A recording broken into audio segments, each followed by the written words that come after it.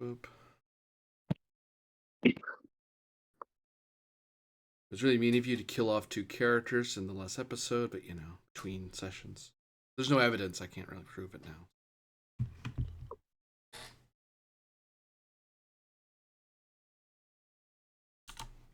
There. Say hello there. Say hello in the evilest place possible.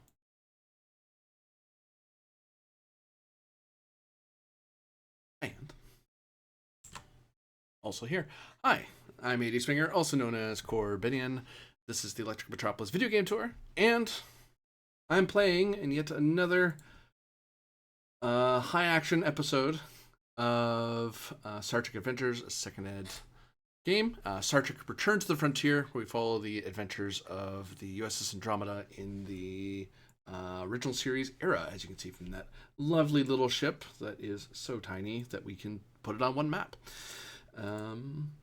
But that's it for me. I hand it to the GM at this point. And our log from Commander Solaris. Yes. Okay. Captain's log 380360.7.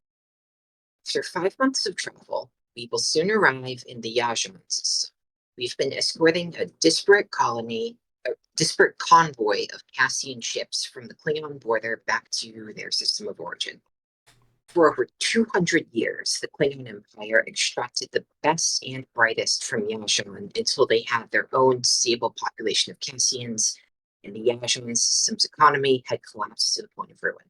For the next 100 years, the Cassians have rebuilt their system with the Federation's help. I am told their statue to Captain Hoshi Sato in the Grand Plaza of the Vote, erected in her honor for her role in their ascension to the Federation, is quite architecturally grand. The destruction caused by the Klingon Empire in its colonial ventures is so large in scope at times I struggle to fully comprehend it. It is one thing to read the numbers on a screen, and quite a number to see the victims in front of you with your own eyes. While we cannot change the wrongs of the past, at least the least we can do is to attempt to repair the worst of the damage. Beyond that, we must remain vigilant. We may prevent any crime of this nature happening again.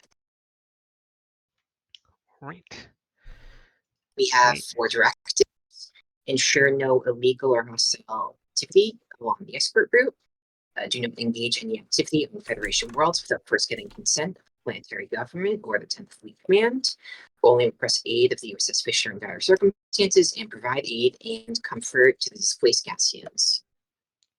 Oh, yep. So y'all will also note from the directives, it has been, y'all have now been out in space for about 9 months. More than half of that time, the recovered USS Fisher has been has been entirely rebuilt, allowing the USS Bellerophon, the aging 100-year-old ship, to be put in reserves, hopefully permanently. So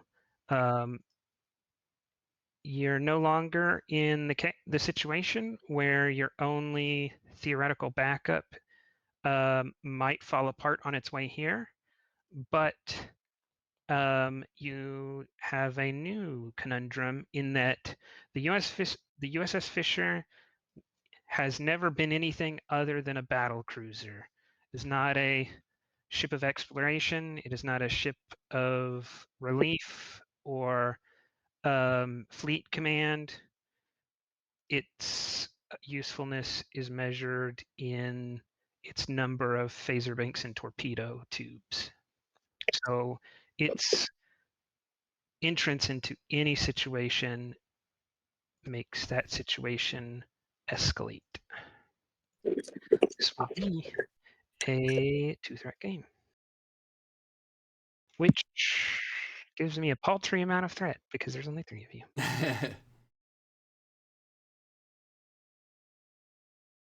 We're winning? So we go to the bridge. Minutes before your arrival in the Yajan system. On the bridge, as guests at the moment, are Representative Hashin Jinban,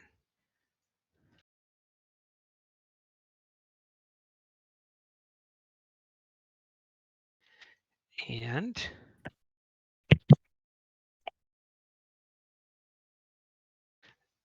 General Jaya Han Vax. Both wear uniforms typical of the KDF.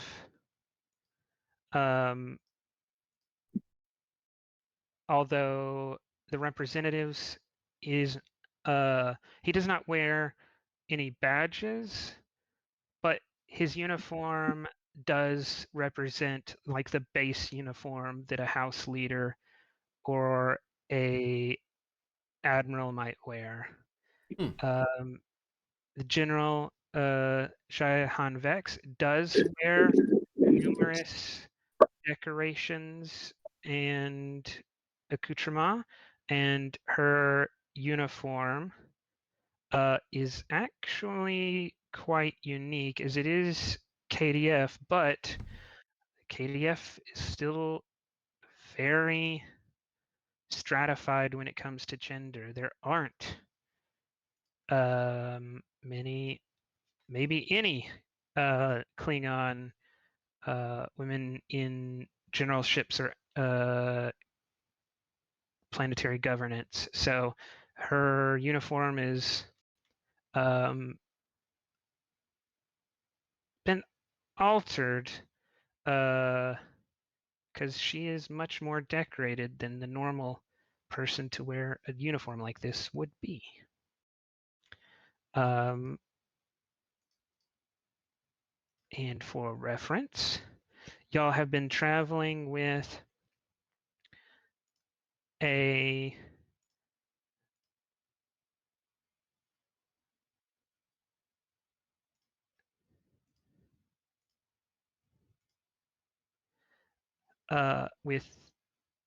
handful of ships.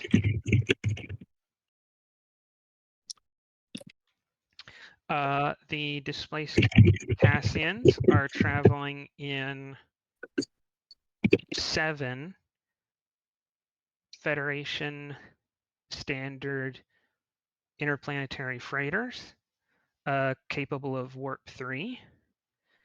And the Cassians, in their resourcefulness, have managed to, at some point, take control of a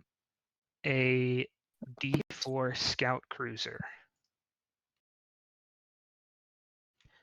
It is smaller than your smaller than a D7, but quite larger than y'all. And though not a battle cruiser, it is Klingon in nature, so it is fundamentally a warship, though a small one by the standards of warships.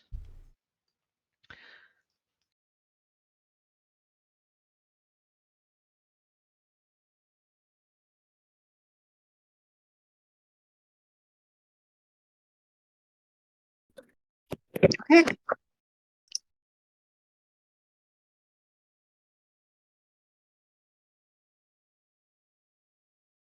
So, where are we on our journey?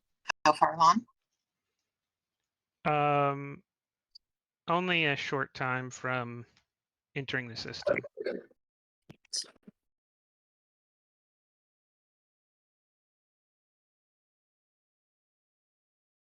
And up till now, we haven't run into anything really. Just No. slow. Between us and the Klingon ship, I imagine nothing wanted to attack this convoy. Yeah, there's you haven't had any threats. The cruiser did not join y'all until after y'all had left Klingon space, but the refugees had been escorted to the border by Klingon warships. Mm. So no serious threats the entire way. But at Warp 3, it has been a very long journey. The star bases or outposts which used to dot this area have all been destroyed or converted to military use. So there has not been an appropriate way station, which for y'all has been annoying. You might shudder to think what it's been like for the 100,000 plus Cassian convoy in their 7 freighters, all traveling for months at practically evacuation limits. Yeah, the huddled masses yearning to be free. What's the purpose of the Klingon ship in our space? It's not owned by the KDF. It's been shortly after y'all left Klingon space, a scout cruiser showed up and revealed itself to be commanded by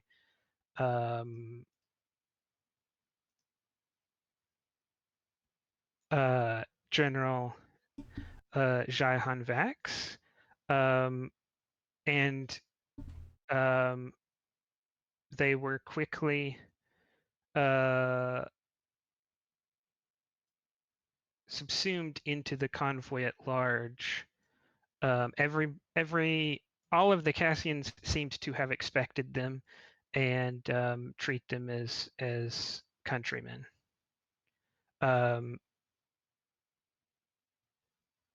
Any more than that would have to be up to whether or not any of y'all were particularly suspicious or investigative those many months ago, which might now be the time to clarify.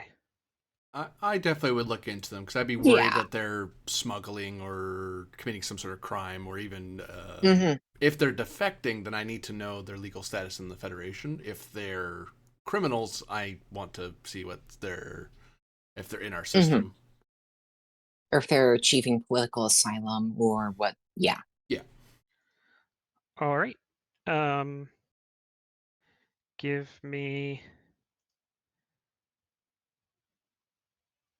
insight.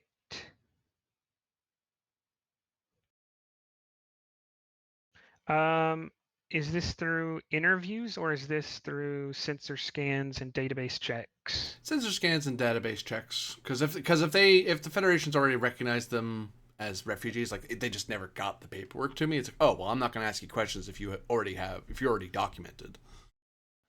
All right, then insight, security, difficulty 4, because now I will reveal a trait previously you have been unaware of.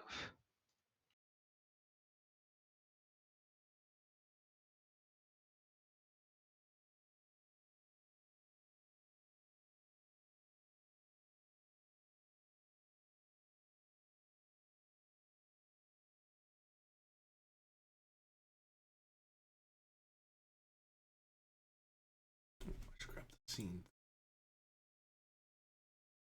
The trait Disparate Refugees 2.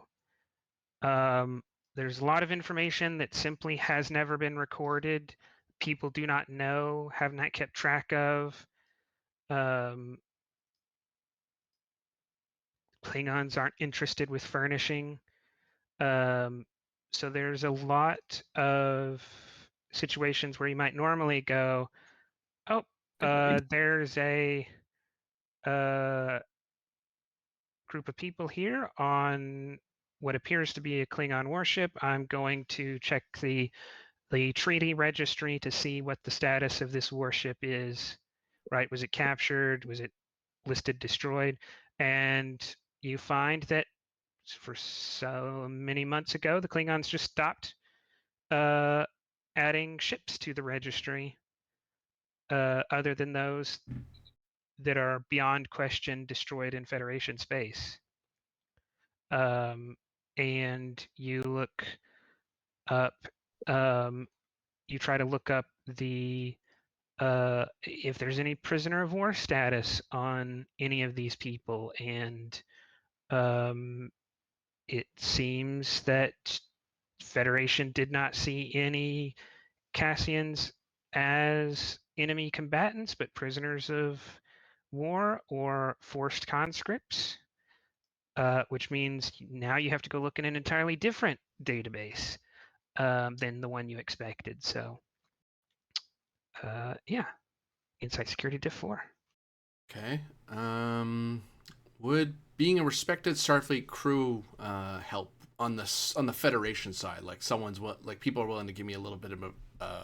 Well, no, we don't really call the way back. We check our own data tapes, so it wouldn't much matter. It would come in if you were talking to them, but since this is mostly information retrieval, no. Yeah.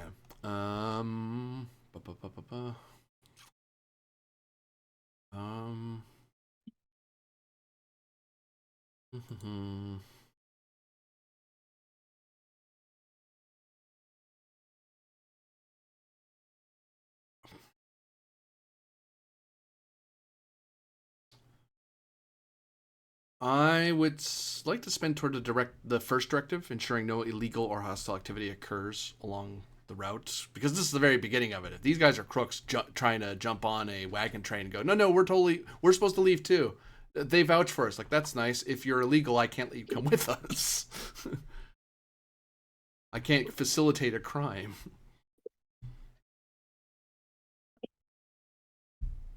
But if they're refugees, then there's nothing wrong. It's like, oh, well, if you're legal, then fine. I need to know you are. I will take it. Focuses wouldn't really apply here. So I will give you 3 threat to buy 2 additional dice. One of which is being turned into an auto 1 anyway, so I'm only rolling 3 on the board. Aren't I? Yeah, yep. Total 3, yep. And this does not help with that because it's not a strategy or tactic. Chief of Security would not help in this regard. I will reduce the diff down to 3. As a Vulcan, you have a pretty analytical mind. You, because you're not talking to them and dealing with perspective and potential emotional appeals, everything you're doing right now is strictly data driven. Mm-hmm. I will say as coming from a species who values their analytical mind, that'll help. Okay, cool.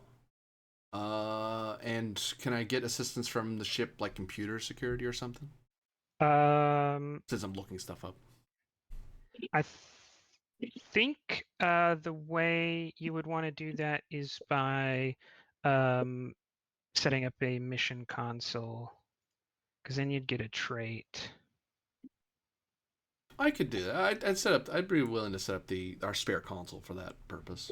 Because that's because although it's technically a security task, this doesn't really seem like what the tactical console is normally used for or going to be set up for. So before we resolve the task at hand, a difficulty 2 control security to set up a trait that represents the ship's computer compiling security records. I'll throw you a threat for that one, so I have 3 dice. All right. Yeah, didn't need it, but set up at least.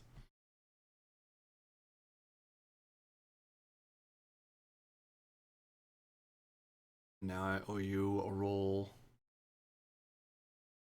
for looking these people up. What? I have no focus. What am I clicking yes for? Not that it mattered.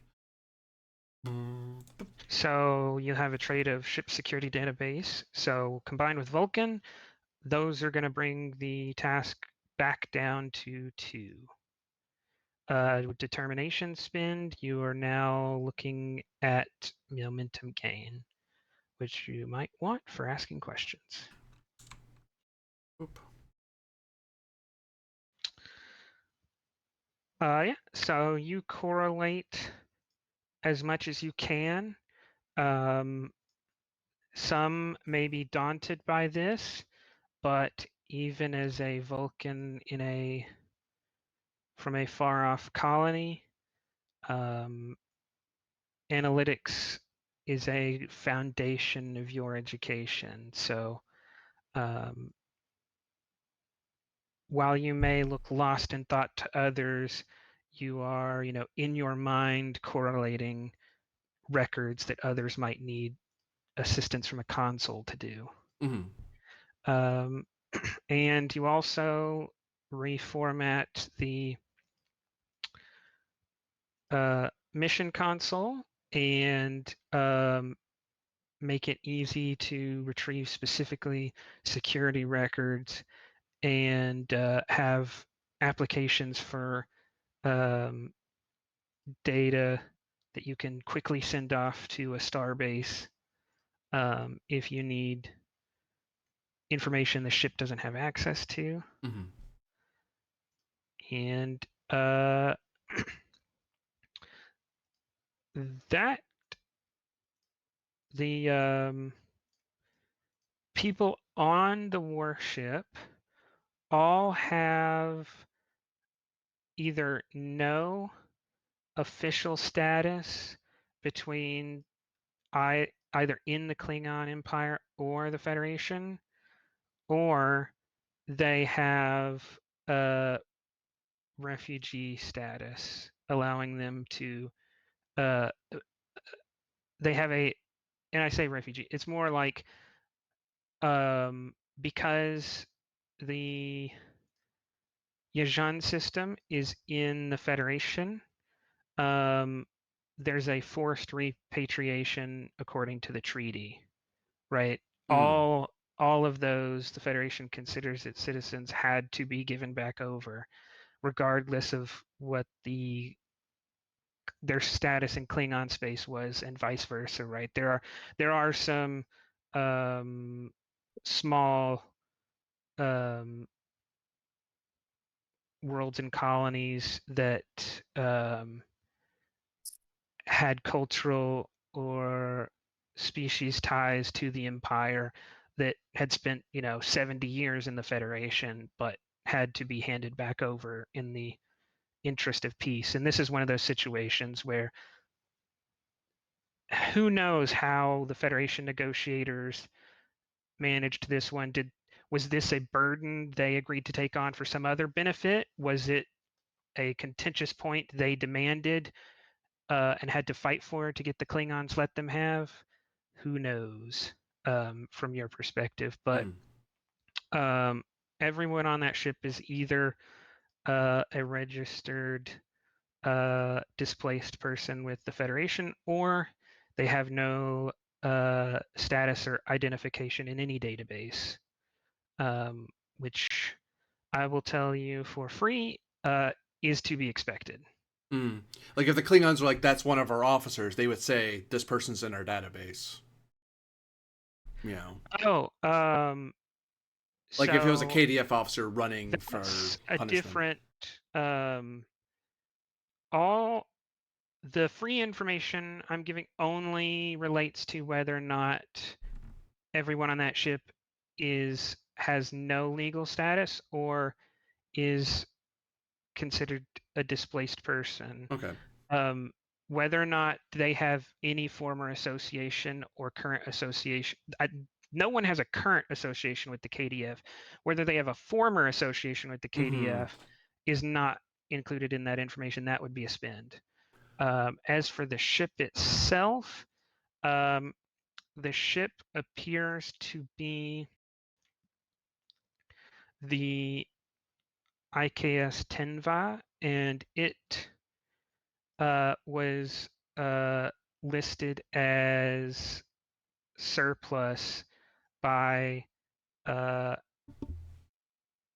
a minor Klingon house. Basically, the treaty said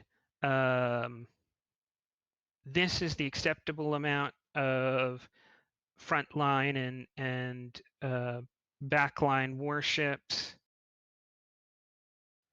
and scout vessels, and from what you can tell, this minor house had probably angered someone politically, because you look at a list and you see like a house of this size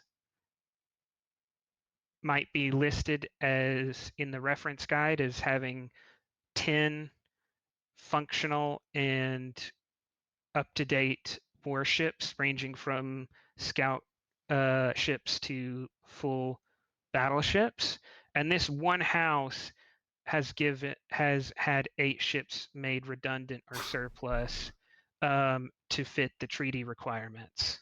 So just looking at that, there's like a moment that's not even really relevant to your search, but it's just like something you realize some house got shafted bad because nearly their entire fleet has been marked as surplus to bring them under, equal to the Federation in ship totals.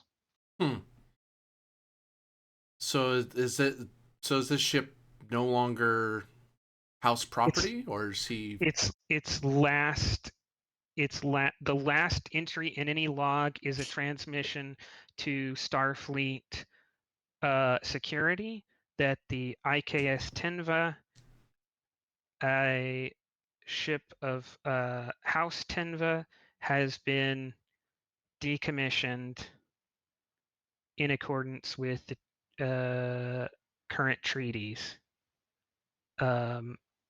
It's through looking at other identical transmissions that you kind of build a picture, but the Klingons don't say anything specific about why or for what reason. All they say is that we decommissioned the warship.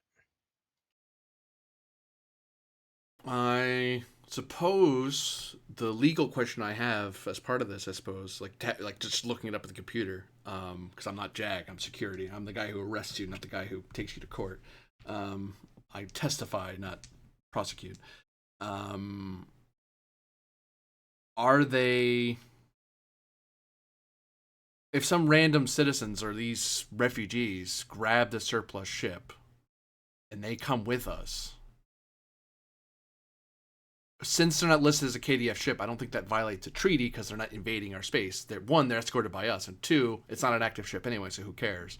But if they come and just stay, is that us? Is that Federation stealing the ship, or would we be obligated to give it back? Like, you can take it as a ride, but we have to drag that thing back. You don't get to keep. We legally can't let you keep it as a Federation, because as far as I'm aware, these people on that ship are Federation citizens. I will push that back and say that all of those points could be argued valid by a Klingon and Imperial diplomat, and the answer would be determined by who was in the stronger position at that particular conference, not by any point of law. Right. So it may be piracy or not. Yeah, it may be an act of war or not. Who knows that you don't? This ship and its crew is all in a completely legally ambiguous situation. That would be the point. That would be the way to describe it. Yes. You don't know where how they got their hands on the ship, and whether it's legal or not depends on Federation law or Klingon law, and neither of which is 100% applicable. And they do not work together. They do not gel at all. Also, according to the Klingons, this ship isn't here. as They far as don't the know. Klingon Empire is concerned, this ship is at Receiver Ship Outpost 4. It is still there. It was there yesterday. Okay. But the okay.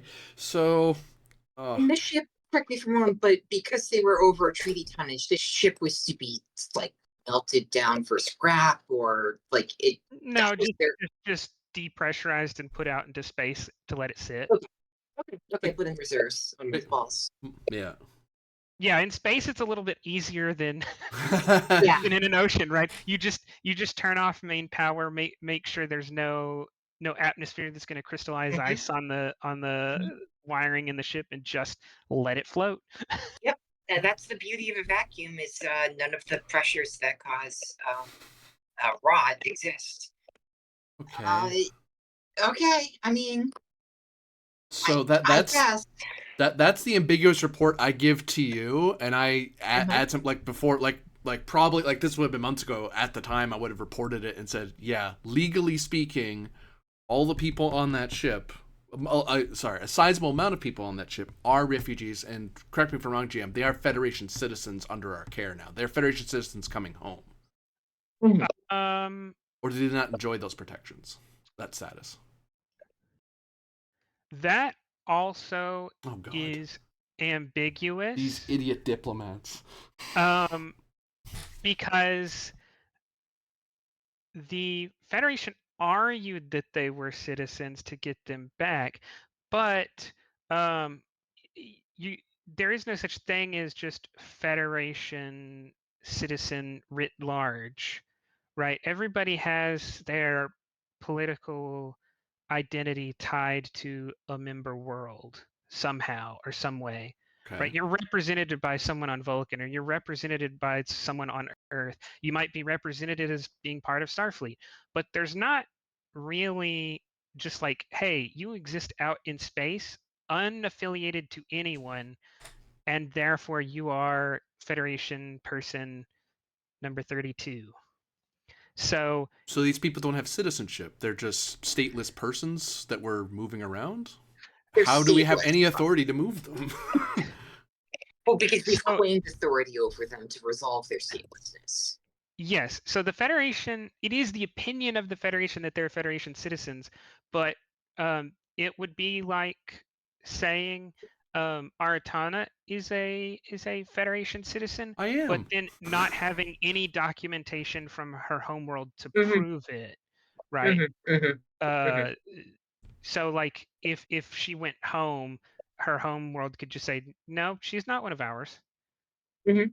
And that would put you in a dubious state. So it's yes, the legal opinion of the JAG Corps that has been transmitted to you is that these people who have appropriate documentation are Federation citizens, but they lack any of the documentation to or the official status in their home world, right? That's one of the things that's expected to be handled when you get back. Okay. Like your so ship, right? Because one of the main problems is your ship has 18 people, and it does not have. It's not a command ship, right? You don't have massive data banks and yeomen to go through a population of 100,000 people and say, "Here's your record. Here's your record. You know, stamp here, sign here." You don't have that. So there is an ambiguity that you expect to be resolved when you get to the world that isn't resolved yet. the reason I'm concerned is whether or not how duty bound we are, that they are Federation citizens, that we have as Starfleet officers, we prioritize the lives of Federation citizens. So that's the legal point I wanted to make sure we were good on. I can give you the answer from the Starfleet JAG's perspective and the Starfleet Diplomatic Corps' perspective. There are other people who could argue differently, and there's enough ambiguity that this might require a court of law to resolve.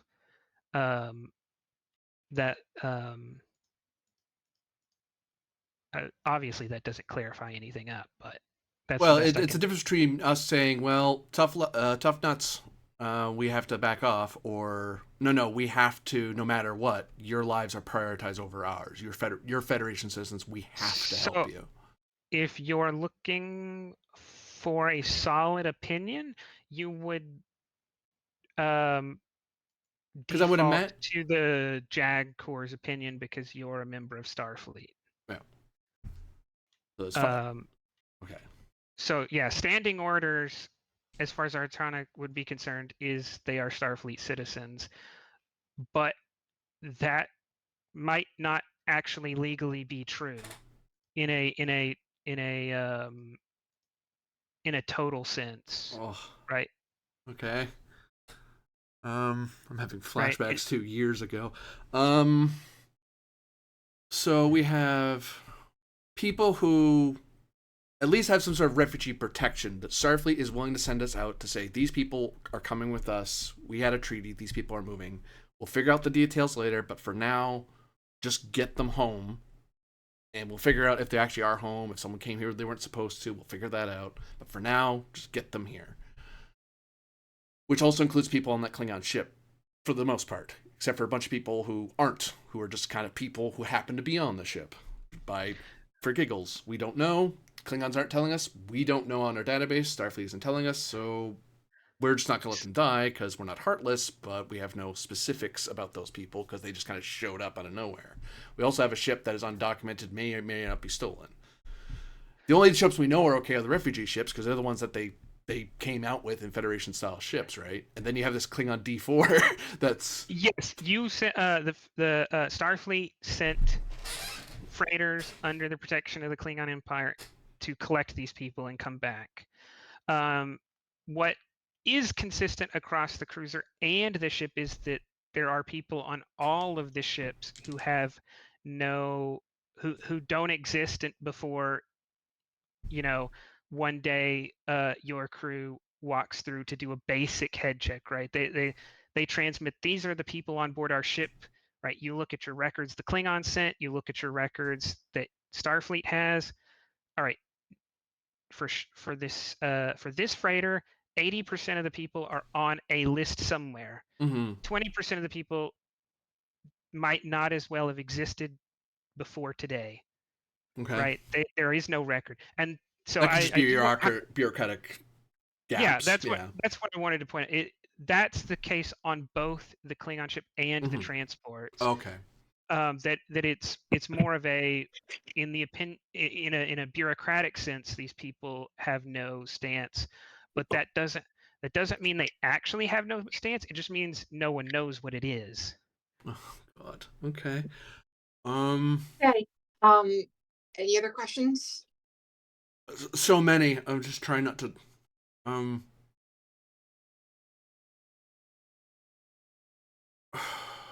Okay, the one the most important one that I'm scared of. We can't answer right now. Is if, and I'll let this be the captain's call because this has fallen out of the securities problem. Yeah, I would report everything that I have. With all, I would add the commentary on the ambiguity and bureaucratic oversight that has placed us in a very murky position. And also, I would caution that we may be facilitating in piracy because all those other ships, I can agree and understand those are our ships. Most of the citizens, if someone wants to run over to us, cool, whatever. That's someone else's problem. We just get them there. The ship is scary because that could be a warship that we're facilitating the theft of. So we need to make sure we need to know the intentions of those people. Otherwise, I think, in my opinion, we may be committing an illegal act or facilitating Yeah. an illegal act. Yeah, well, the captain's just going to ask the Cassian general straight up. What's So required this of ship? so that's the end of Artana's questions asking. I don't know if any momentum was spent at the end of that rainbow. But...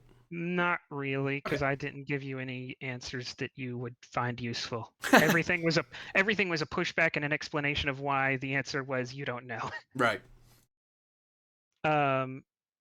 All right, so then I assume this will be a conversation had many months ago in your ready room. the default assumption to any speaking with the general of that ship is that conversation is also with the representative. He That's fine. has been he has no legal position within Federation law, but he has been kind of acknowledged several times by diplomats and governors and military officers along this whole journey to be a representative, a reliable representative, and the Cassians traveling with you seem to think he is as well. Yeah, So he's kind of just like self-appointed, and everybody's confirmed that so far. But titles are inherently social like this. If he has the social position of a general, he is a general. Yeah, no. He's the representative. Oh God, not again. With the two of them present, she's just going to ask. My security officer has informed me that you are in possession of a Klingon D4 ship that was scheduled to be mothballed as part of the treaty. How did you acquire the ship? General Hanvax kind of leans back in the seat and gets a very wide-toothed grin and says, about 7 years ago, Zhou Tenva had a problem with his brother on the lunar colony of the House seat. And, well, I led some of our people in solving his problem. So he owed us one. And is this agreement in writing in any form? She says, you could say that it's been written, but not in ink. If your question is bureaucratic in nature, then no, there's no formal contract. Understood. Is there anyone who might be coming looking for the ship, claiming it doesn't belong to you, but belongs to them? No one powerful or interested enough to actually succeed in taking it away. Understood. Is it your intention that the Cassian state will keep the ship as one of their own once you are returned to your home system? That would work for us if it could be arranged. She nods her head. I have two questions here, GM. One, and this is probably the most important question. Do I believe, or is there any indication from Starfleet that the ownership of this ship by the Federation would give us any tactical or strategic insights into Klingon shipmaking that we don't already have? You would need access to the ship beyond simple sensor scans.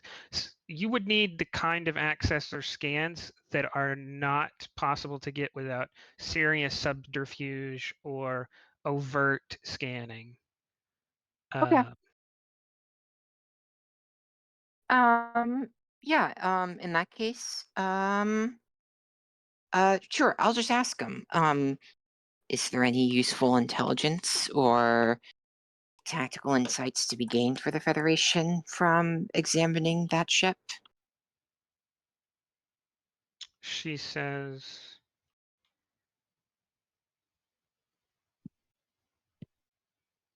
possibly. I don't know what you know about the D4 class. Well, that's a question. Can I check to see how much Starfleet already knows on the D4 class? Because if we already have a captured one in storage and we already ripped it apart, then Insight, security, difficulty 1, and you can be assisted by Aratana and the ship's. You can gain the benefit of the ship's security database. okay. Assuming that's assuming Aratana assists you. Yeah, if you want my assistance, I totally will help. All right. So that brings the diff down to 0. Okay. Okay. Yeah, one momentum. Why not? Cool.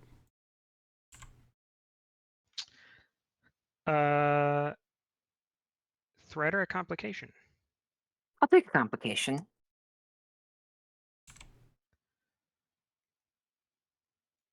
Not a single D4 has survived past the initial stages of a battle. They are scout cruisers. Anytime a battle has been fought, they have either been the battle has either been right, the D4s present have either achieved total victory or complete defeat before the outside the outcome of the general battle is concerned, which means not a single one has been captured or scanned long enough to have anything beyond basic identifications. Is that 3 momentum gained. is the complication just a part of that answer, or is the complication coming?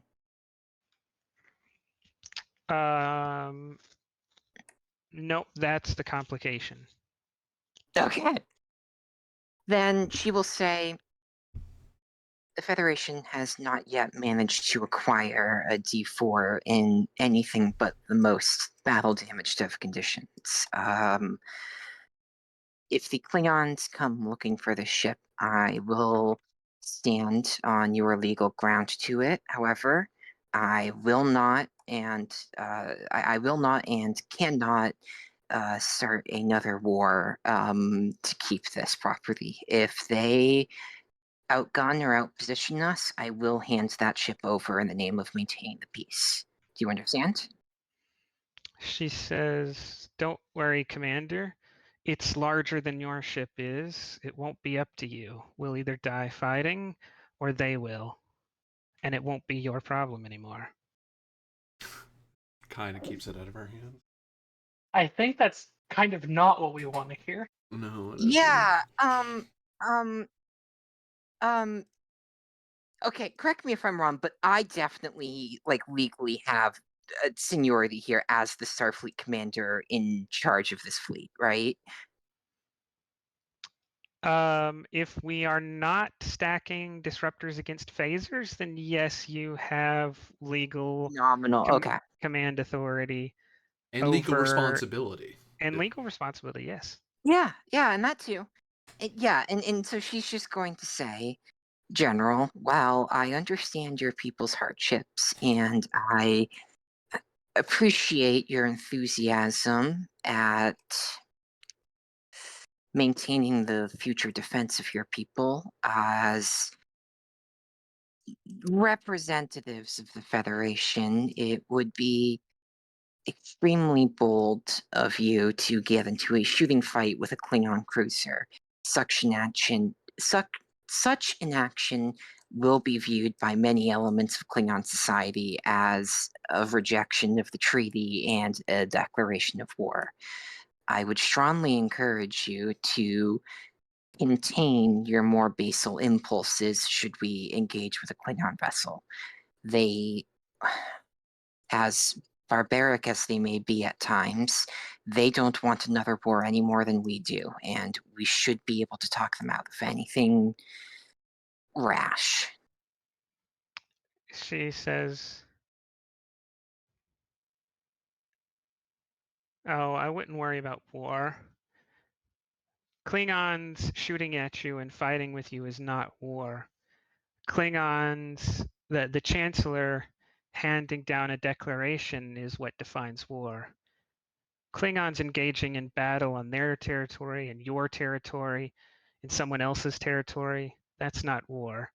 That's merely business.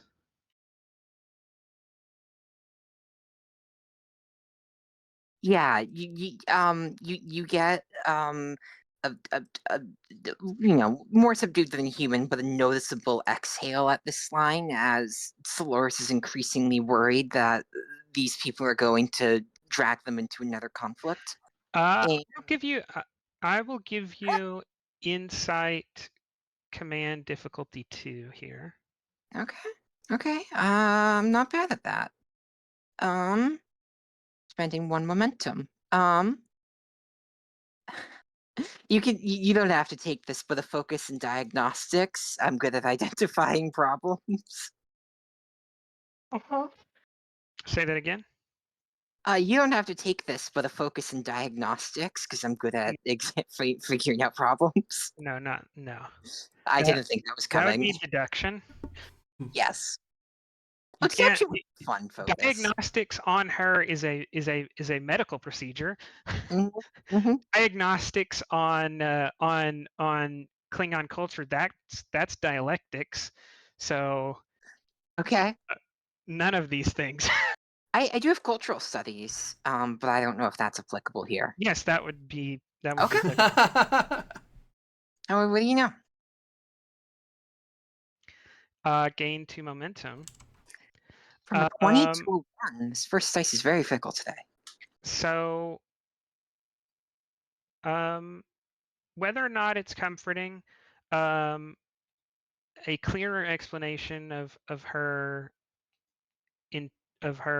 understanding is that Klingons engage in outright fighting, ship-to-ship fighting all the time without it devolving into war amongst themselves and amongst others. The war on the Federation was not the first time a Klingon ship and a Federation ship shot at each other. It hasn't happened since the end of the war, but the Federation already expects that once the Chancellor's position has become weakened, some house looking for a name is going to attack an outpost or something, or eventually the Klingons will start sending ships out, in probing, maybe not outright attacking, but definitely grandstanding and waving the Imperial flag. So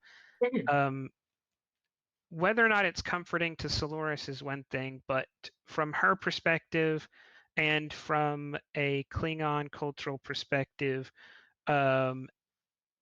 ships getting shot at and destroyed is rarely a cause for war in itself for the Klingons. That is the opposite case for the Federation, right? One ship destroyed for the Federation is probably going to trigger a war, but that's not the case for the Klingons. Sure, and I understand that is the case for them, but I still don't like the idea of getting into a gunfight with the Klingons because it can lead to war if they so choose, and I imagine there are some elements of Klingon society who would be all too happy for it. That is correct. Any incident, however minor, is easily justifiable into a war by the Klingons. Mm-hmm. You might have already committed that act by coming into the presence of this ship. Oh, for sure. I'm starting to get the feeling that this is the episode where I'm not going to answer any questions. However helpful I intend to be, the answer is... You are being a little bit of a Yoda this episode. Yeah. Okay.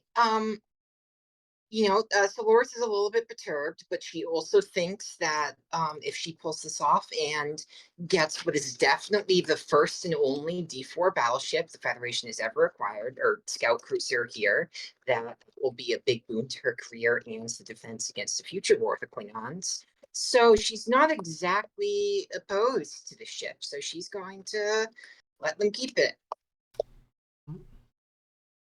Captain's position's my position. I can't gainsay you.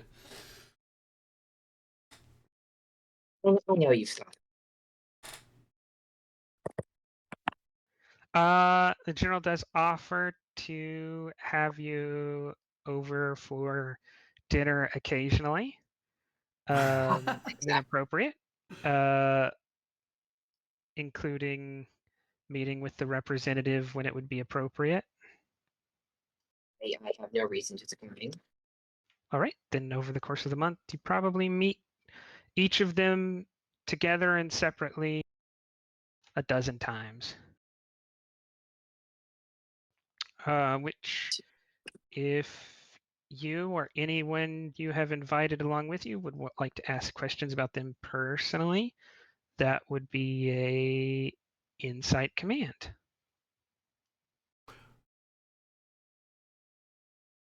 Depends if you bring along your chief of security crewman to such dinners or not. I'm not of the officer class, as it were.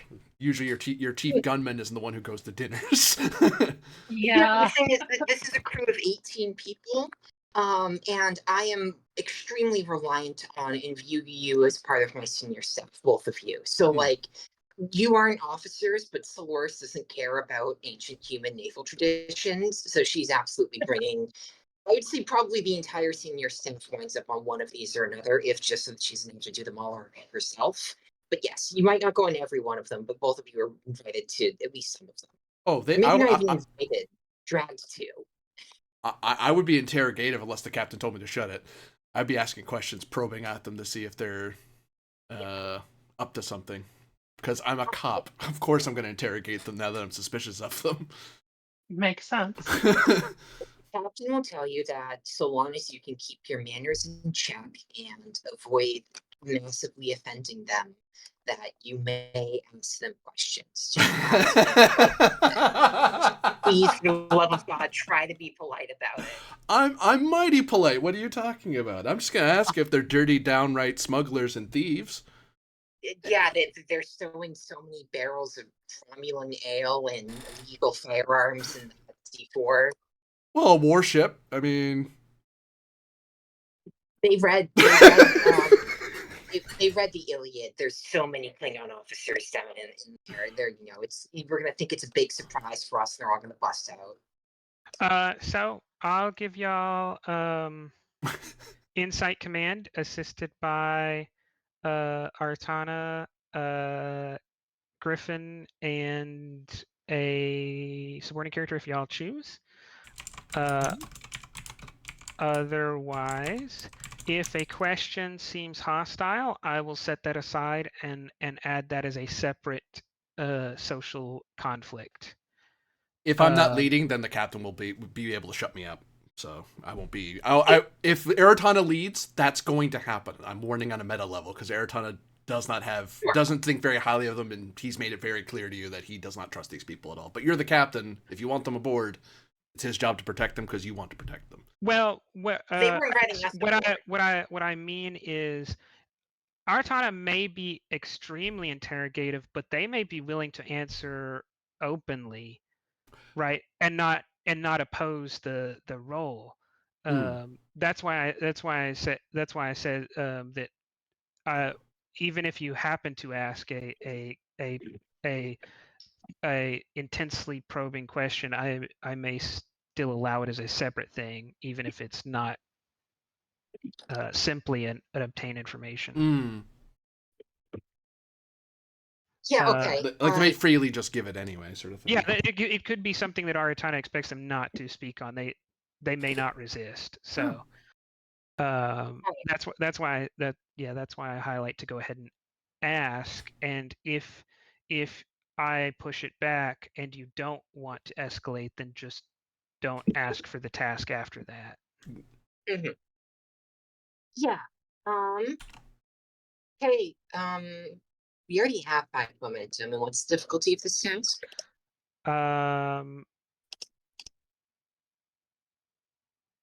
It's to ask questions, so it's difficulty 0. Because you're mostly trying to get questions, momentum for questions. I could allow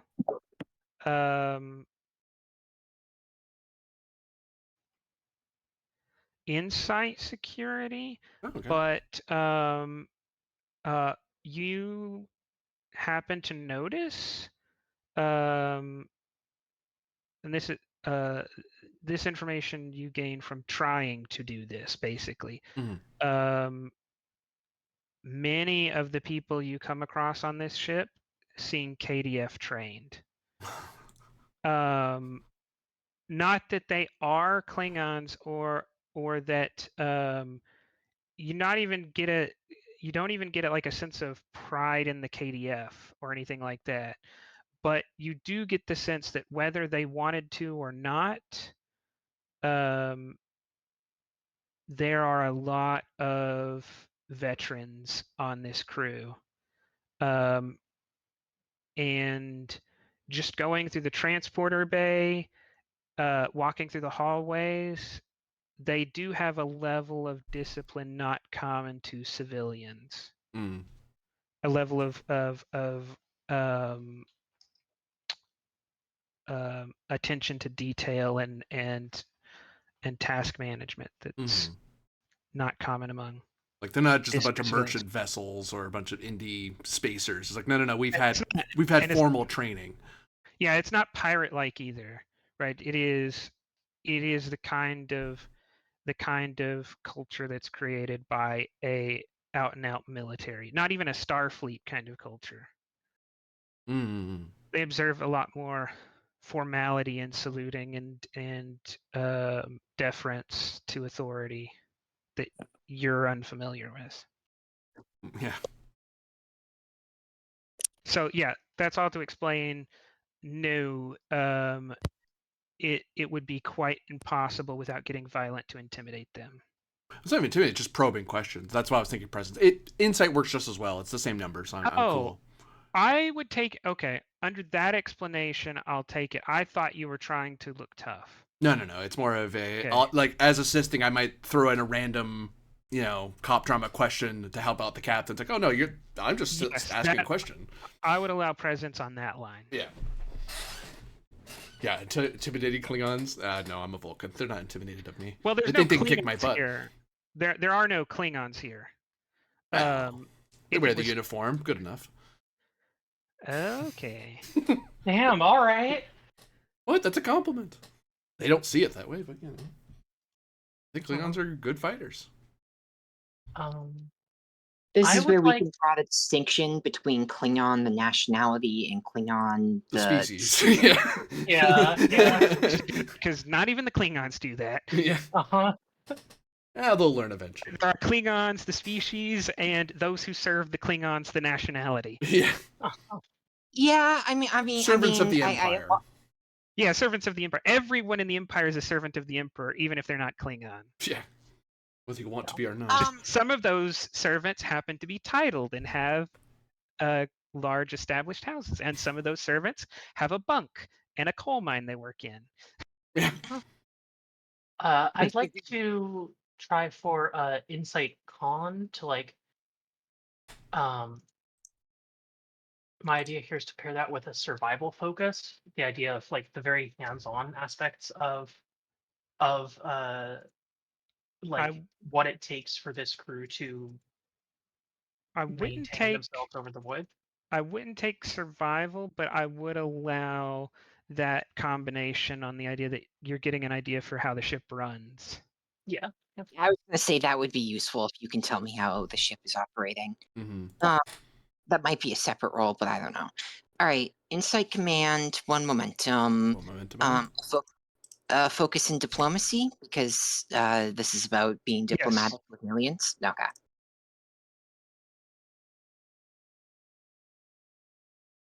Good golly. Would navigation work as a focus then? I think it's more about the ship processes. No, you're looking. Right. You would be looking for some kind of crew management or Starship Command. Something. Now those there sound like officer talents, and I'm not an officer, so no focus. You're an operations specialist.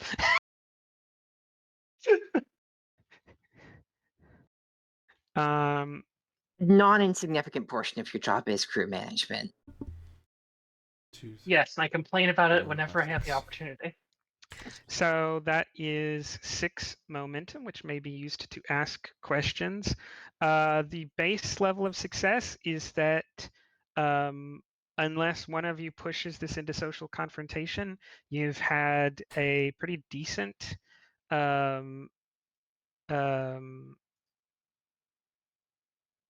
chance to get to know them, and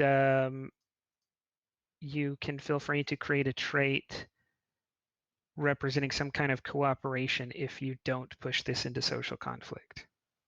And if you Okay. do push it into social conflict, then that trait would pair with one or more of the people involved rather than all of them, right? Because you may only press one person. Okay. That sounds good. Okay, first question first. Are any of these people natives of the Cassian homeworld, whose name is Yajan? Or Define native. were any of these people born in the Federation? Were all of these people born and raised in the Klingon Empire? Like, do any of these I people? will take that moment. Yeah, do any of these people have any like? The Go ahead. the closest anyone is to having ancestry on the homeworld is 5 generations. Okay. Okay. Okay. Right, which falls in line with what you expect. It's been 100 years since the Klingon Empire directly controlled the Yajan system. Began exiling them. Okay. Well, they were exiling them up to that point. They stopped about 100 years ago when they lost control of it. Because basically the system became worthless beyond a strictly there are people here we can control, right? It was stripped of any value. Okay. And these people haven't had any direct ancestral ties to that world since the Klingons abandoned. So does anyone live on Yajan right now? There are 4 habitable planets in the system. All of them have between hundreds of millions and billions of inhabitants. Okay. So many people were exiled, but not the whole population.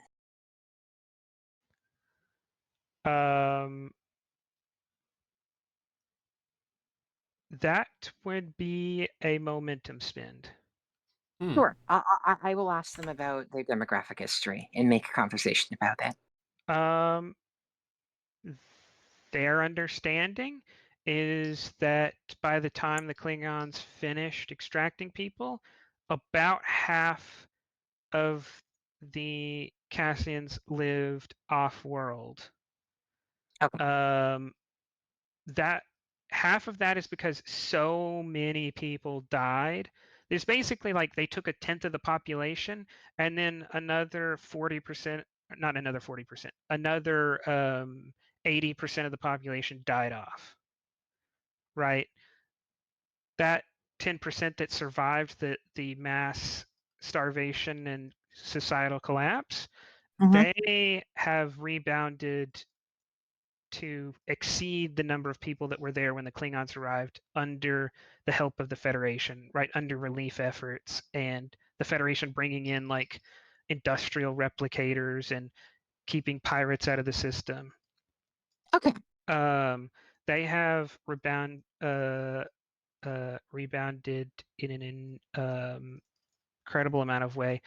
The 10% that got taken into Klingon space, you have but a small fraction of that, the number of those people with you. Your understanding is that most of those people didn't survive either. Okay, it was a full Trail of Tears situation. Yeah, it's like 90% of the people who got left behind, 10% got taken away, and out of both populations, 90% of those populations died. Worked death. Okay.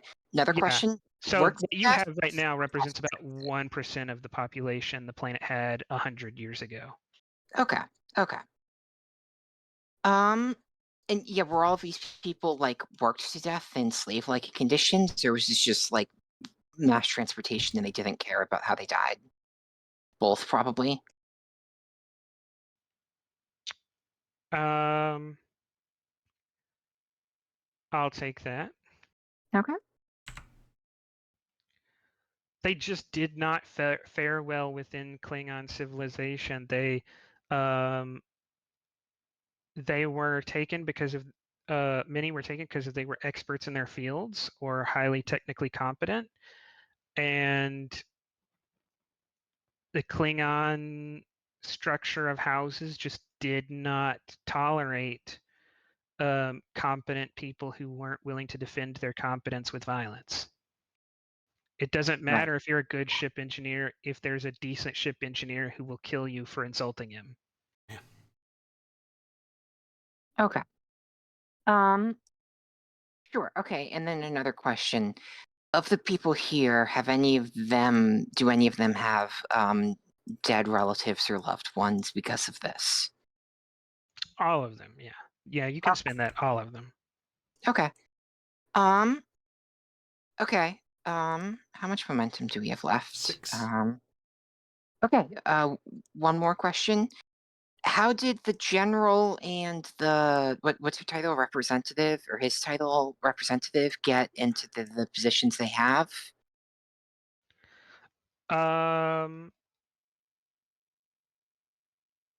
The representative will say that he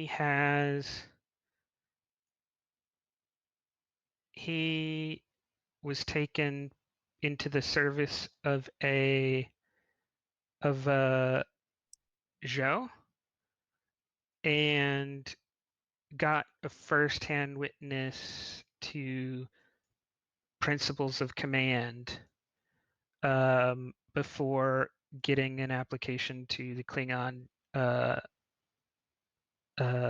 of the main Klingon military academies, where he studied principles of command. He never actively served in the KDF. He had a rank, but he was an academic in the principles and theories of command and interhouse politics. And he doesn't really answer your question as to how he got into his position. He seems to think that that explanation is enough for you to understand why he's in his position. As leader of a refugee movement? It kind of doesn't, but we're not pressing them yet, so I won't press. You don't. I will give that to you for free. You don't feel it would be pressing. It's just it would require more questions because Okay. he doesn't think it's important to tell you. But he doesn't seem offended if you kind of probe around enough to figure out, should I ask this or not? Yeah, okay. He doesn't seem offended. Then how did you go from being a professor of command principles to being the leader of a refugee minority cultural movement? He says, like anyone obtains their position, he is the most credentialed and experienced and the most published and recognized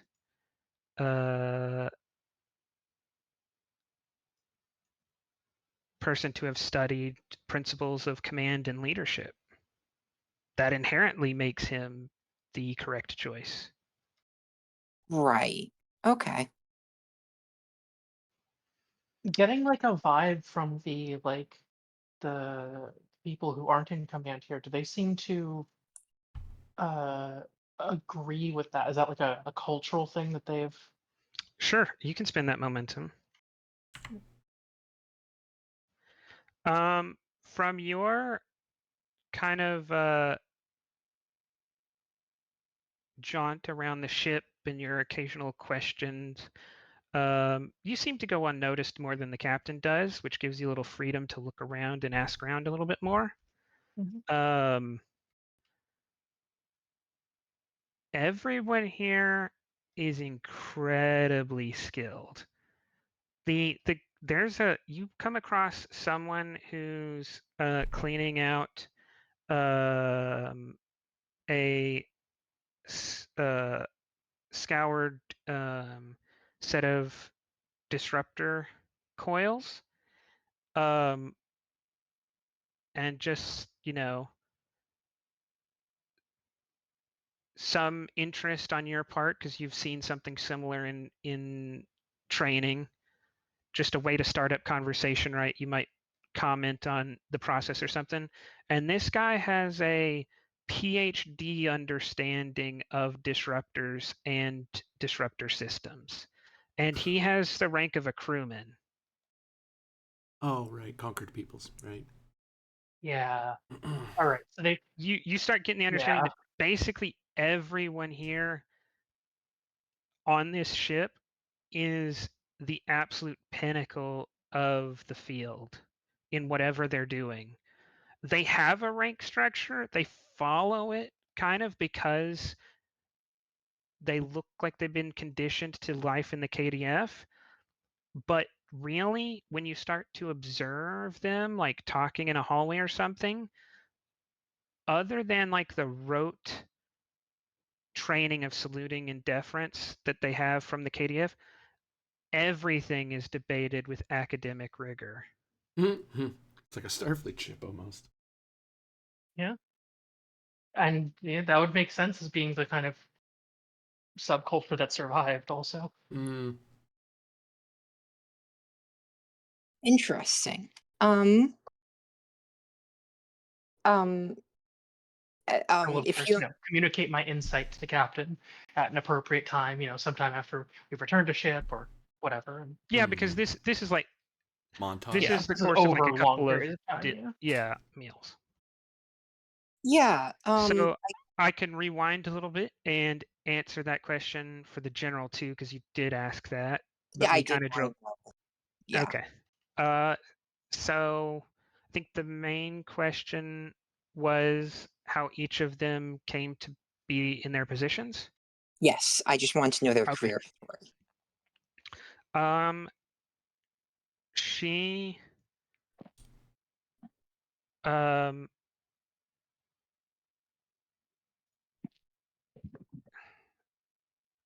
she had a kind of passing affair with the heir to a Klingon house, enough that it got her foot in the door of the KDF, and it's highly kind of stratified and gender restricted norms. And from there, her tactical acumen, her ability to apply strategic thought and lessons, and although she never outright says it, you get the impression her capacity for violence and compartmentalization when required. Right? Yeah. She doesn't seem like a hateful person, but you definitely think if she was in a command structure and given the order to kill you, she would, even if she didn't want to. She, you get a true kind of soldier sense from her on that, right? She's not a soldier for an altruistic service, right? She definitely speaks of and seems to have been involved in many campaigns which have no justification in Starfleet's eyes, but earned her higher and higher position because she was just more successful than those around her. And did she fight in the Klingon Federation War of recent year? She did. She led she commanded House Tenva's battleship. The one she's Oh. on? No, the one she's on, it was a scout cruiser, just like okay. the lead element of the fleet. But one of their two ships they were allowed to keep. Oh. but she commanded it during the war. Yeah. If you mention, if actually, I'll let you describe how you broach the topic of the war, because that'll kind of color how she responds. Yeah, well, after being informed of her career in the IDF or the KDF, um, um, she'll, say, well, if you are a general now, then I assume you held similar rank not too long ago. And did you participate in the recent hostilities between the Klingon Empire and the Federation?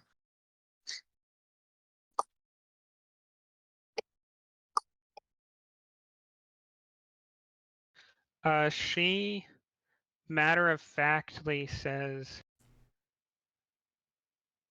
I led the forward elements and command battleship of House Tenva through most of the war. We were at Sylvi. We were at the initial border incursion. We even made it into the outskirts of the Vulcan system before the war turned against us. Yeah, her face is very flat, and she says, "While I understand the logic in your decision making, and I do not envy your people's position as a dispersed diaspora group in such a country, many other Starfleet officers and members of the Federation would not feel the same way. I would recommend, for the maintenance of social decorum, you avoid mentioning such affairs to most other citizens of the Federation." She says, I'll have to keep that in mind. Klingons who find themselves on different sides among different houses have a way of being able to share in comradeship after the violence is over. Yes, And I picked that up to some degree. I don't yeah, hate you or your people. neither do I. I find it illogical to maintain grudges. It is directly counterproductive if one does want to achieve a lasting peace to oppose the other side for every last wound caused. However, not everyone in the Federation is as emotional or is as logical as the Vulcans. And most of the Andorians, Tellarites, and humans are quite opposed to the idea of working with those who have killed their loved ones. I disagree with such a calculus, but I do understand it. Wow, some Vulcan supremacy going on here. No, no, it wasn't. She was just talking about a difference of opinion. Any other questions that were not given by that conversation? Because antagonizing them will be a different role, I don't mind spending 3 momentum on this. Gribinian, you're fine to override this, but I do think she would want a common ground trait to be established here. And also, hopefully, this will make any. Yeah, 3 momentum for the trait. Can I make a No, trait? it's either 2 or 4. Yeah. Oh, excuse me. I'm sorry. I'm still thinking about 1 ed. Yeah. Okay. Sure. Why don't I spend 4? I'll spend all 4 to create the trait. The ×2 trait. Integrated. Oh, how would we put this? Collaborative crews, something like that.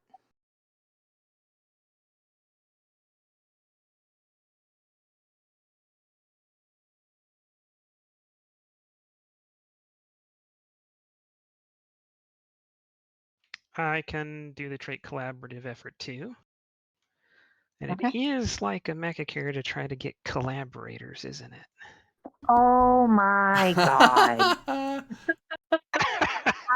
I established that Vulcan thought process is unlike those of more emotional creatures, and them collaborating with people, and you all twisted against me. I mean, I didn't really. say a thing. What do come you? Don't pull me into this wagon. It was too easy.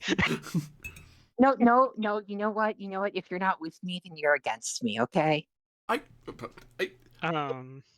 Only I Vulcans think- deal in absolutes.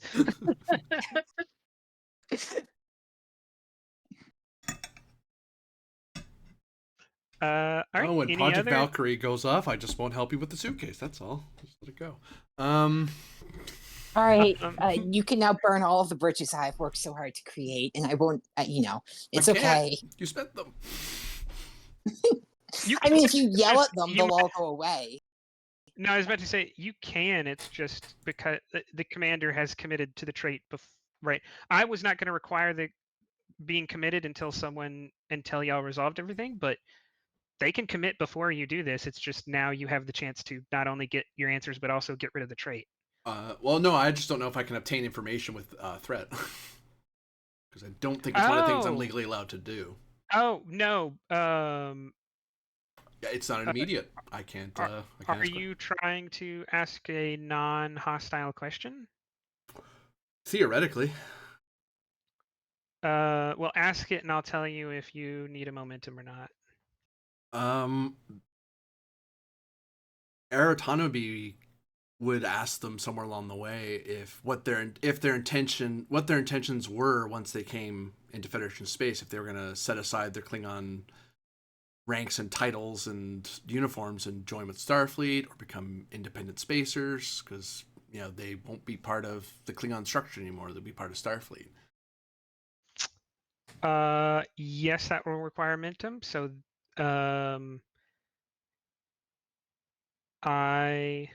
I'll have to learn that down the road because I have no legal way to ask Yeah. that question, and I don't want to. I don't want to cut out your collaboration because that I wouldn't want to cut the captain from doing that because that does help with the mission. So that's more of a curiosity on Aratana's part.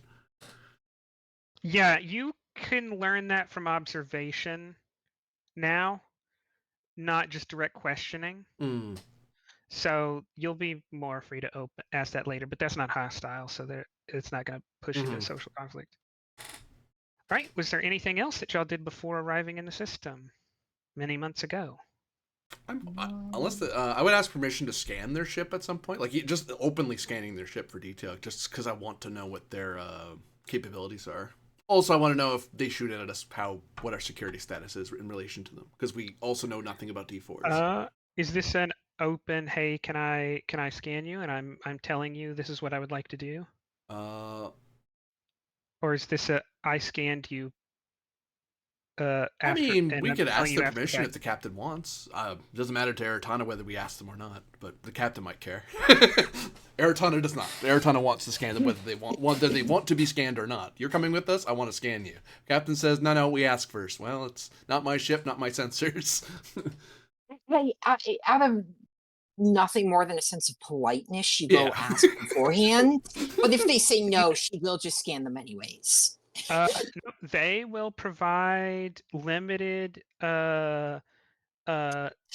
information, basically the information you could get from a general scan, but making sure that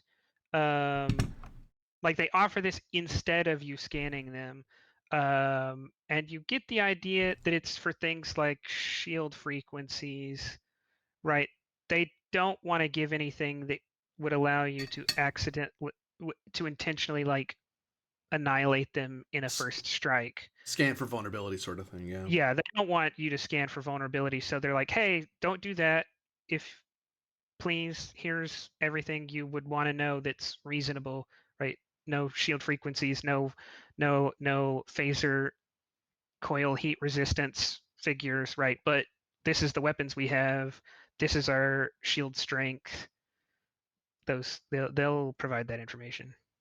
I wouldn't say it to them, I'd say it to the captain, because I don't want to jeopardize the dialogue, because that's not my job to do. I'd be willing to purposely limit the scope of my scan, but I'd want to verify that. They could tell us all kinds of things, but unless I've scanned it, they could be telling me anything. And they could be wrong, they could be mistaken. They're probably not because they're super smart, but someone's basically telling me under my coat I have a shotgun. You don't have to search me. I have one. I'm like, no, I want to check. I may not go full into your full. I don't necessarily. If my scan does get other stuff, I will legally like scrub that. Like, nope, that's information I wasn't searching for. I just want to know what your armaments are for myself, what your shield capacity is, but not necessarily the frequencies, like that sort of thing. I'm not trying to get a strategic advantage. I'm verifying their information. So I'm willing to limit it to the scope of the information they gave us. Would you maybe be willing to do it with an observer from their crew? Sure. I wouldn't be thrilled about it, but I'd do it. Yeah. Yeah, like I don't like the idea, but it seems like it's a compromise compromise. thing. Yeah. Yeah, I will ask them just such a question. I will say we'd like to conduct scans to confirm the things that you've told us. You may send over an observer if you'd like, but we would very much like to confirm your tactical capabilities, given the fact that you are vessels, you contain vessels of a formerly hostile power entering into our own space. Then, not long after the request is sent,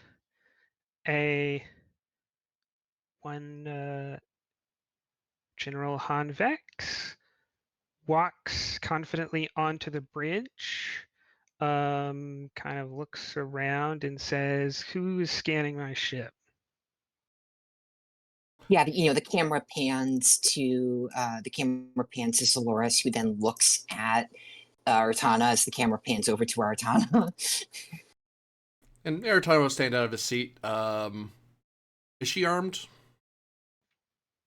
I would presume so. Yeah, she has a knife and a disruptor pistol.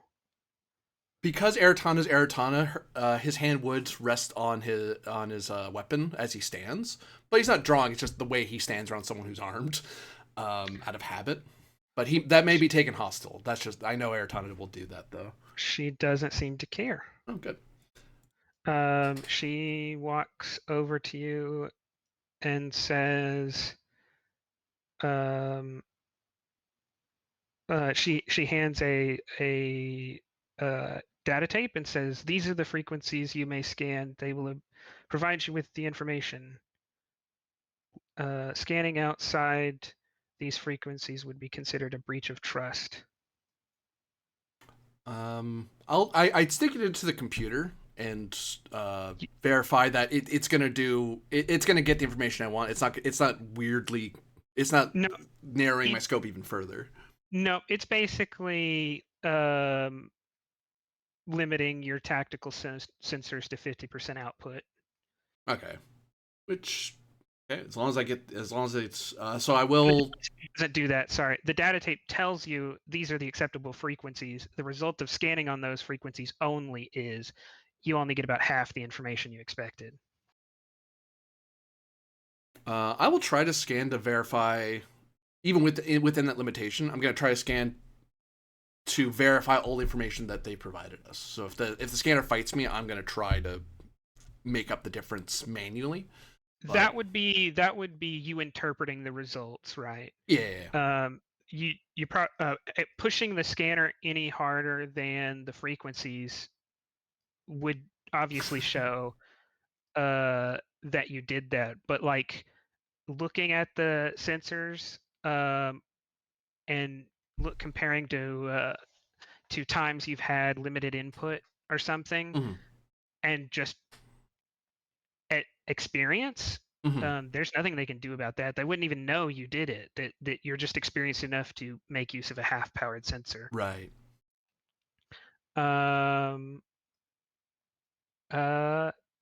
So you have there's just a temporary trait on this task of half-powered sensor 1. And so base difficulty we'll do, from the tactical station, we'll do insight or reason. um, security or engineering, assisted by ship's sensors, security or sensors engineering. Base difficulties 2, collaborative effort brings it down to 0. Half-powered sensors brings it up to 1. Okay. Tactical sensors as a focus. Yes. I'm sitting on a 0. I'm not gonna. I won't spend for this. I should. I'm gonna get the answer. It is a difficulty difficulty 1. 1. I should Yeah. be able to get it, given the odds.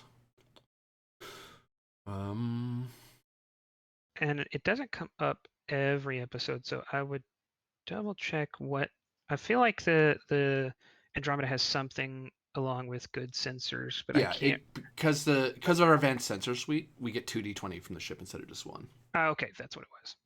As long as the sensors is part of that equation. Yes. Sensor security or sensors engineering, depending on Definitely Artana's security. particular entries. That because that's mainly his expertise anyway. He could do engineering. It's like, why make it hard on myself?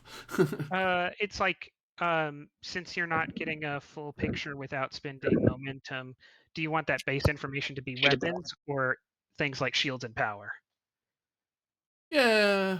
Primary would be Weapon systems. weapon systems. That'd be my first thought. Then you would use security and sensor security.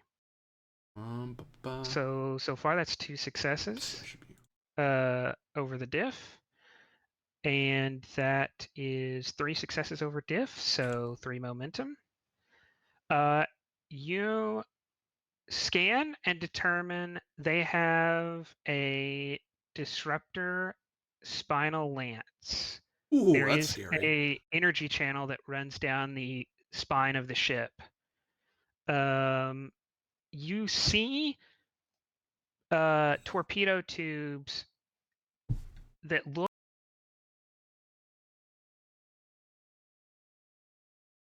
weird emissions, and you're struggling on half power, but eventually you put it together.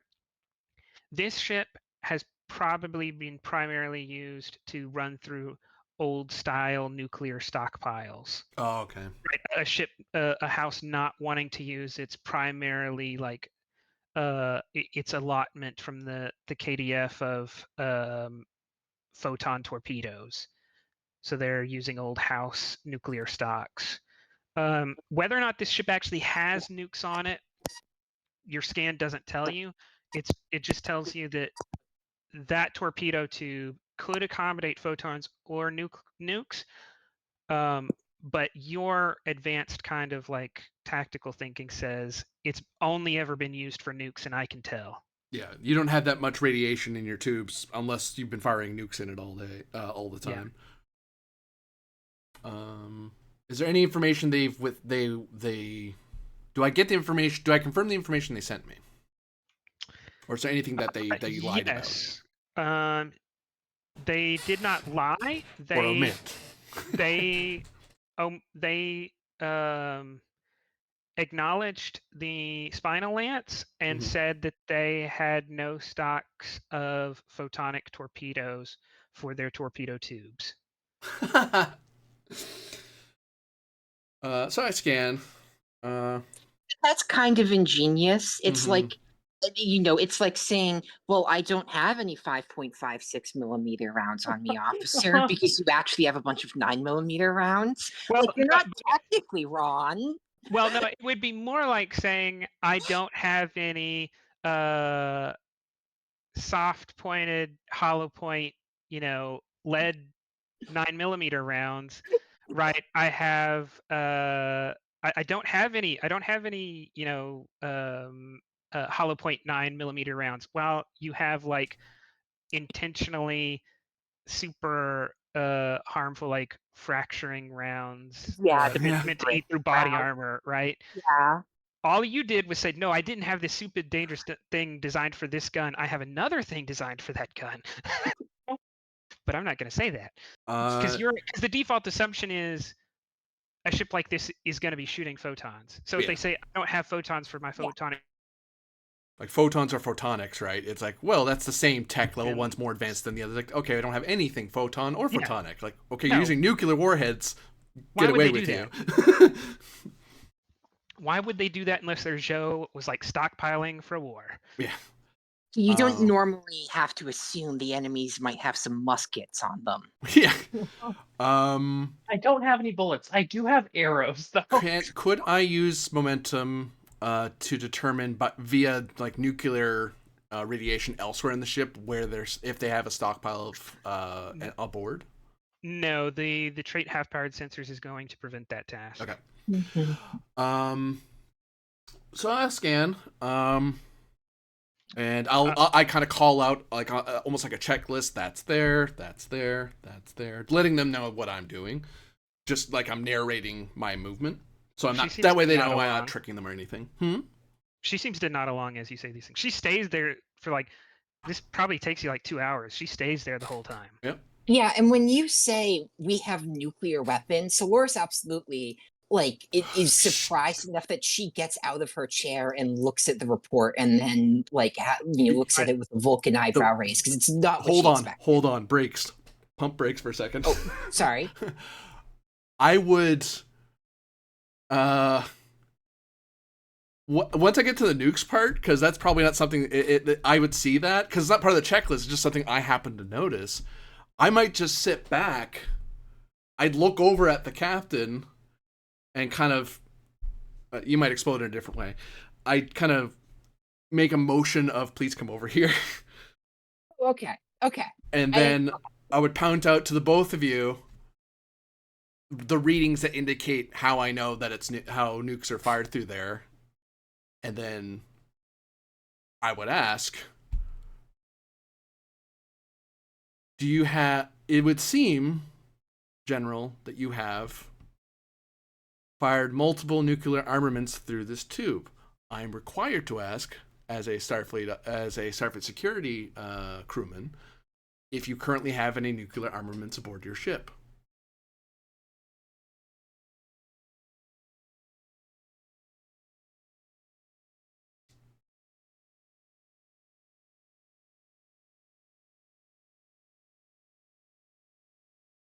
And now you may feel free to explode.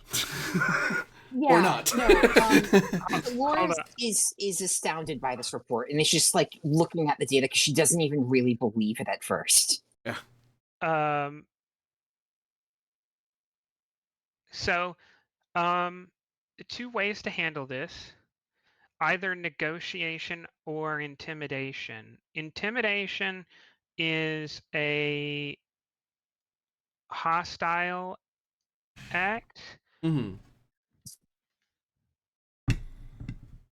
Wait, actually, sorry, evidence may be the case here. Let me double check that, because there's actually 3 or 4 different mechanicals. I think there's 4 different mechanical tools for social conflict. They're not just like suggestions. It's like evidence has a different mechanical Weight to it. workout than intimidation does.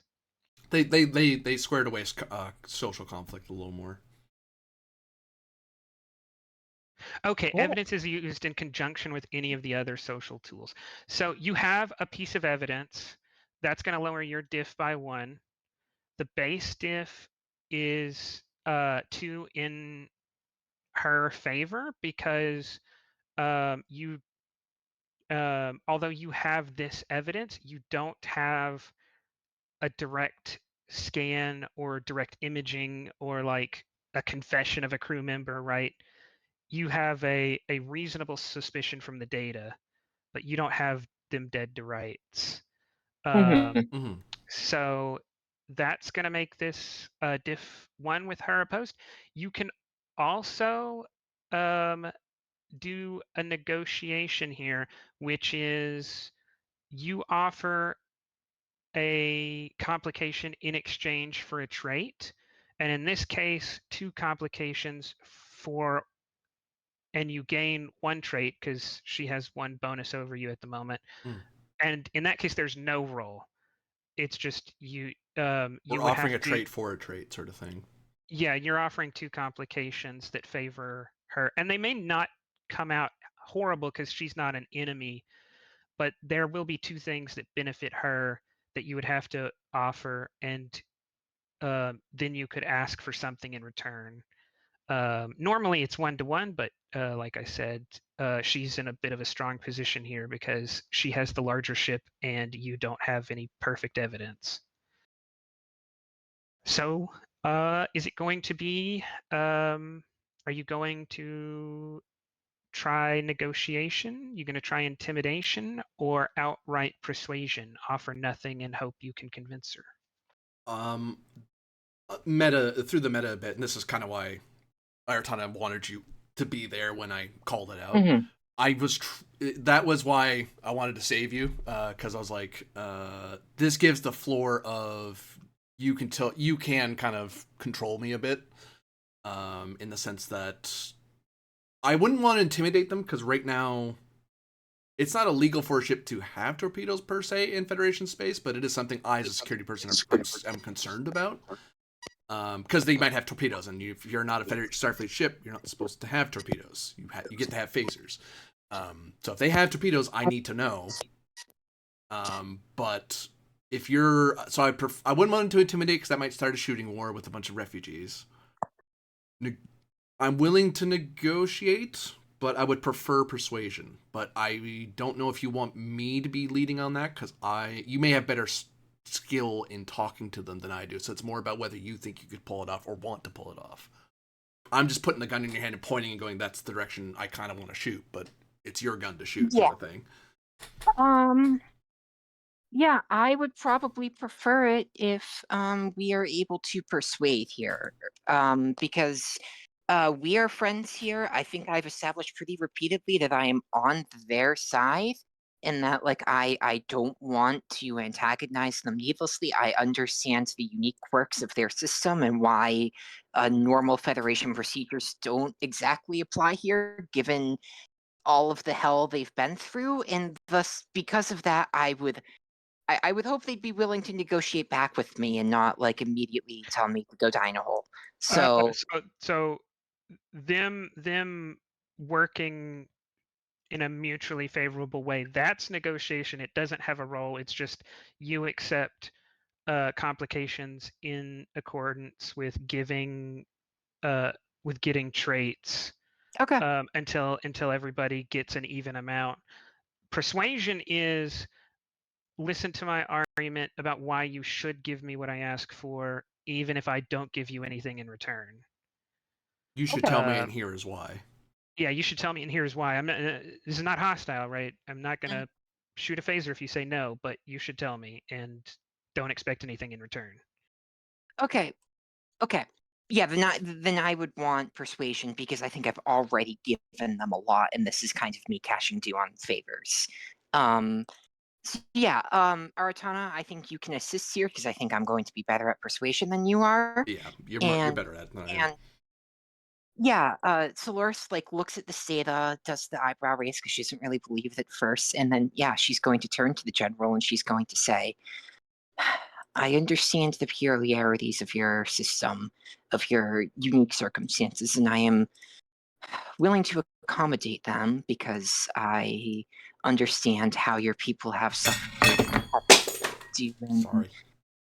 unfavorable circumstances. However, if you do have nuclear weapons aboard your ship, you need to tell me. Those are very strictly controlled substances within Federation space.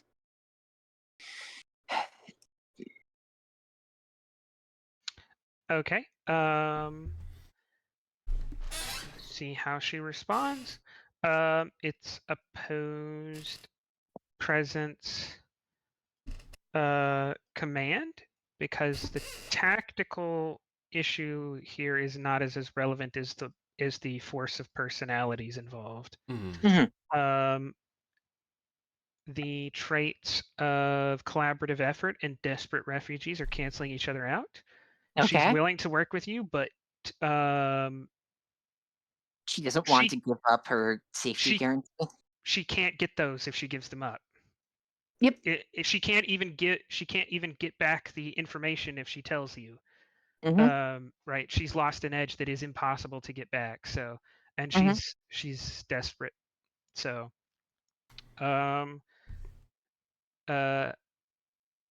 the base diff is 2, so there's 2 in her favor, but because you don't have open access to the ship, you have limited scans, but Artana's quick thinking has given you one piece of evidence, so that brings it back down to 1 in her favor.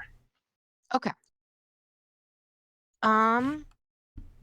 time to go value shopping.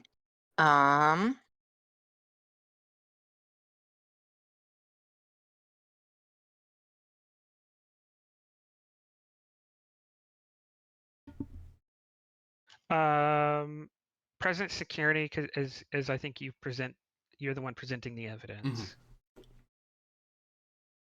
I definitely don't have a focus. Yeah.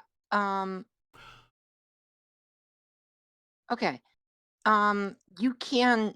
So first you call back to something to get a mouse, and then you call back to it again to get an arc. Correct me if That I'm is wrong. correct. You call back to the milestone to get an arc, not call back to the Okay. original to get an arc.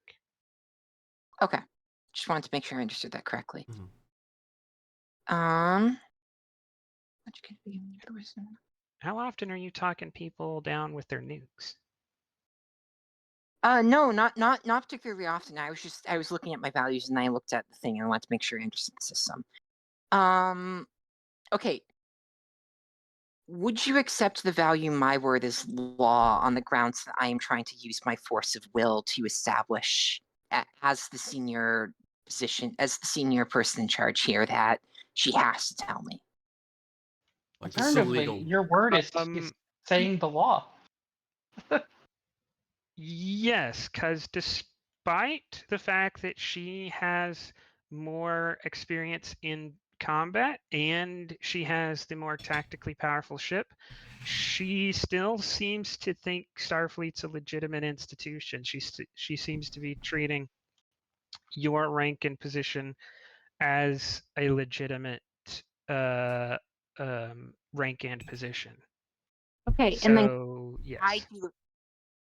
can I do a callback to when I use such the value to humiliate the Klingon captain in a World War? Very similar to that. It's not exactly because this is Mhm. not a humiliation, but it is very similar. So yes. Okay, so that gives me a free determination that I cannot spend this time. And so by spending that first determination, I should still get one. My first dice is automatically a 2. And how many dice did she spend for? I haven't done anything for her yet. Let me Okay. resolve her, and then you can Okay. continue.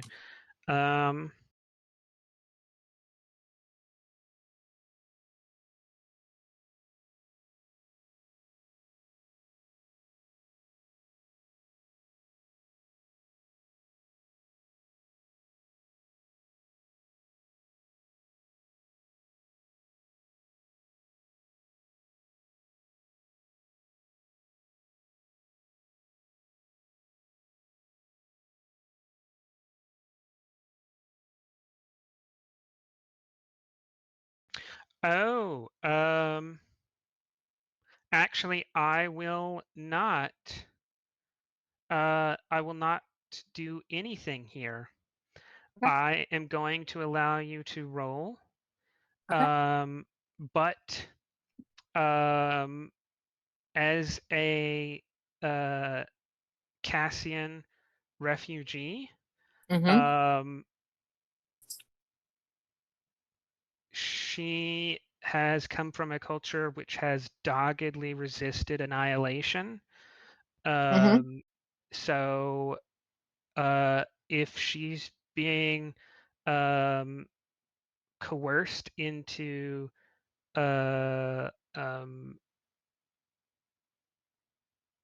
giving up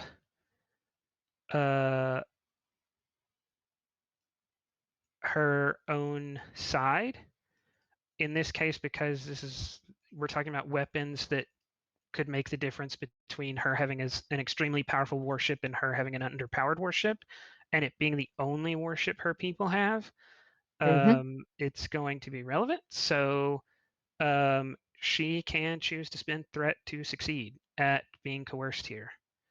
Just to succeed the whole task? Yes, it has to be equal to the task's difficulty. It's similar to the way proud and honorable or strong paw work, Sure. but it's slightly different because it's not about honor. It's about preserving. Version. It's about preserving what small advantages her people have.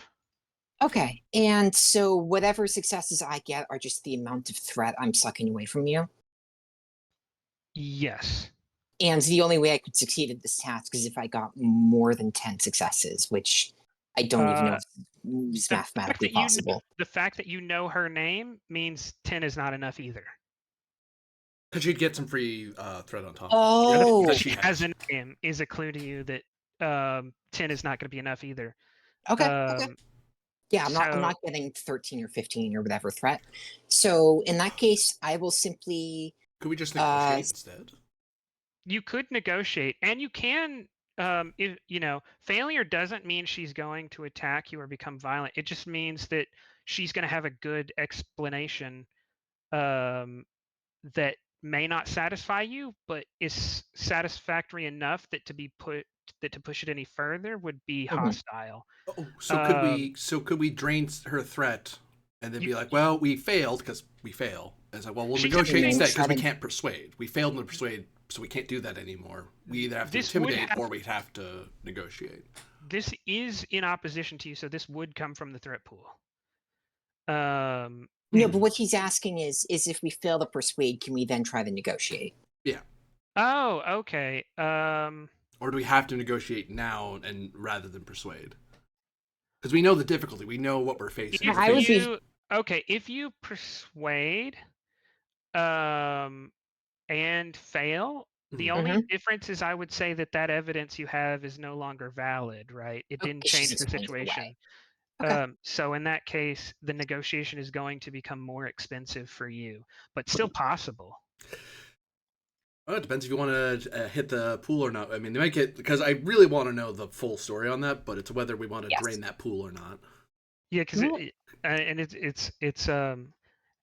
it's almost not as if she is trying to deceive you. The questions asked really start to come across as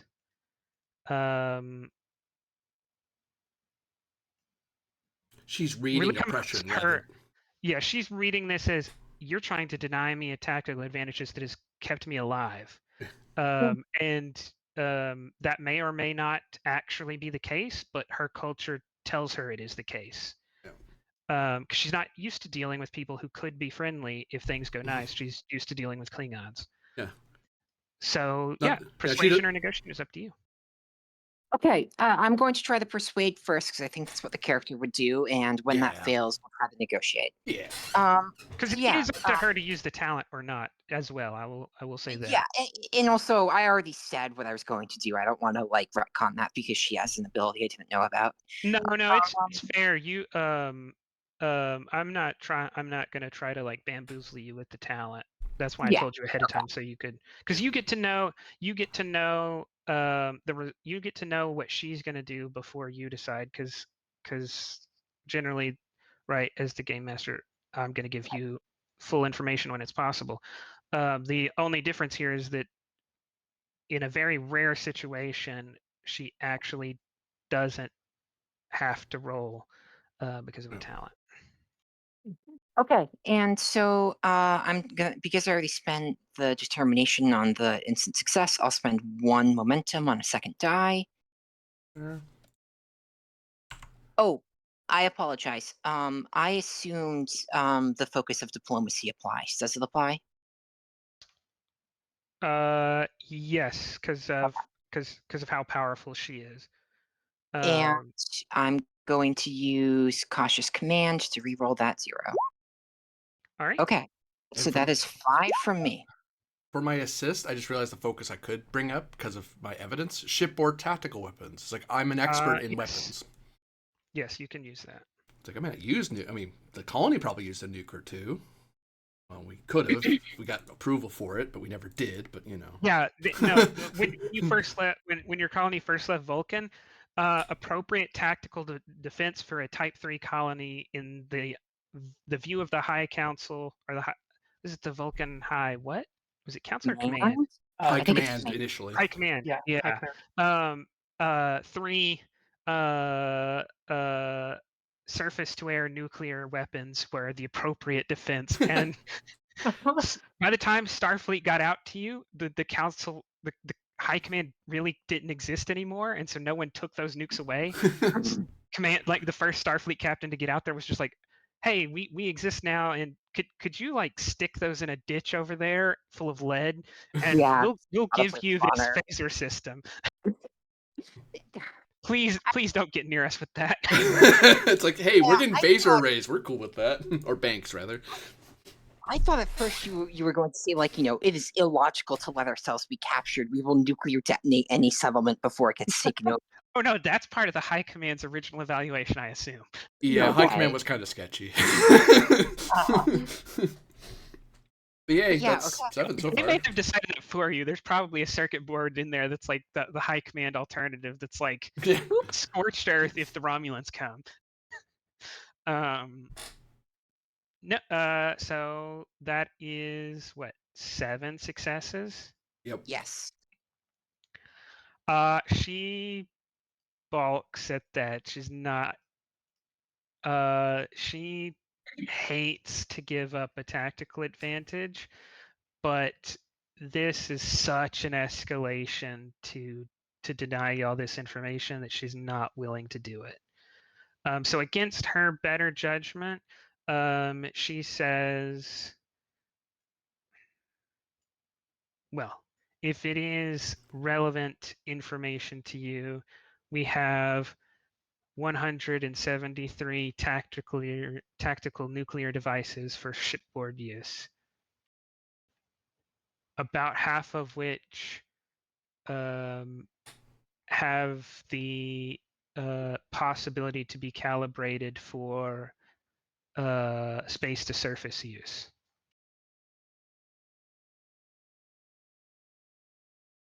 There's an obvious stare in there to Airtai's eyes where he wasn't expecting that answer. He's like, I'm overestimating. I'm being paranoid again.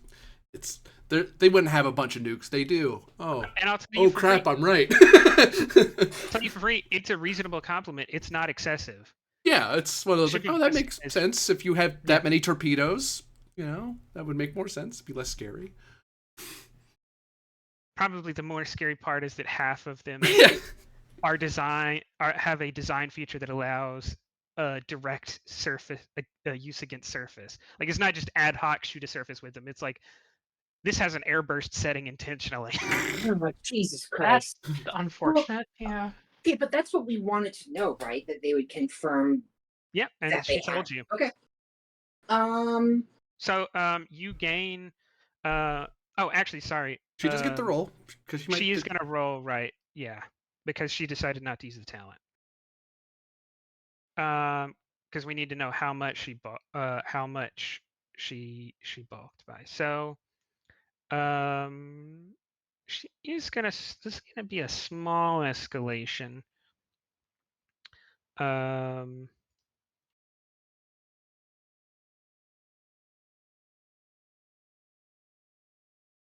She is going to spend to use the value. The Klingons made me a weapon, which I will give to my people. Mm. That goes really hard as value. Yeah, That is a really good value. The Klingons taught her how to use nukes, including their airburst function. If she needs to use it, she will use it for her people, and she doesn't want you to know about it before she does it, Yeah. because you might say no. She is going to use the focus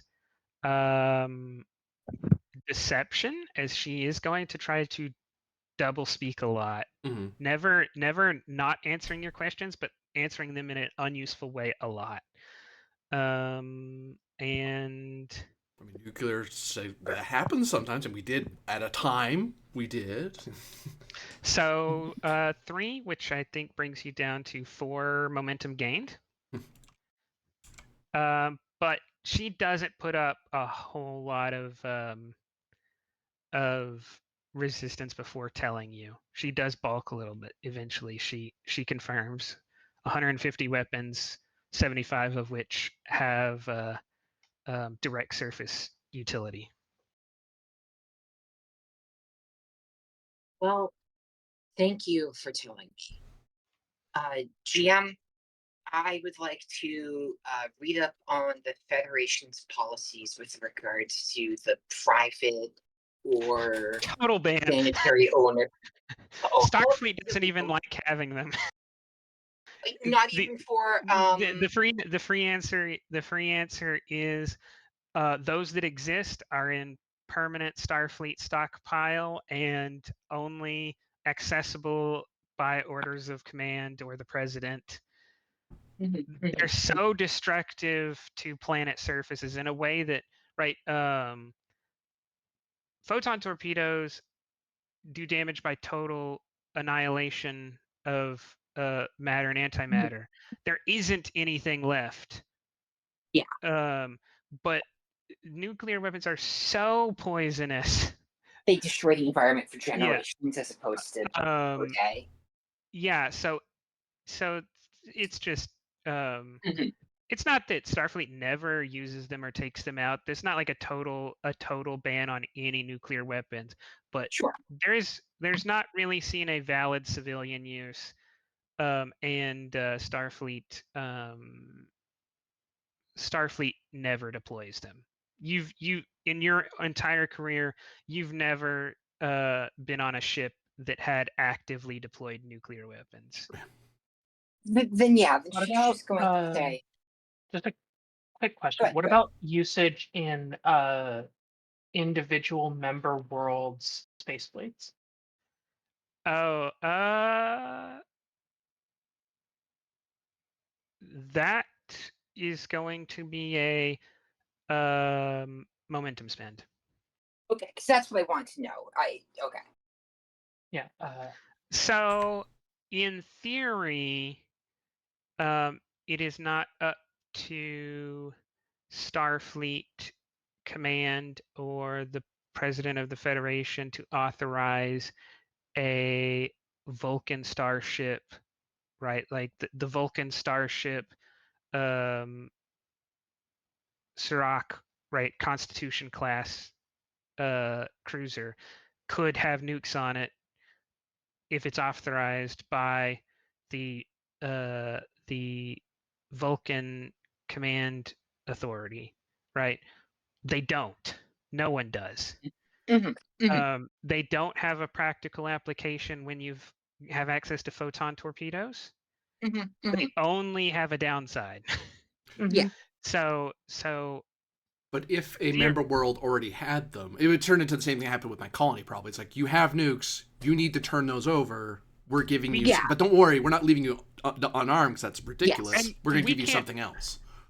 We can't order. That's a little different of a scenario because we were Federation to begin with. Well, and there's always a question of the rights of the colonies over the rights of the homeworld.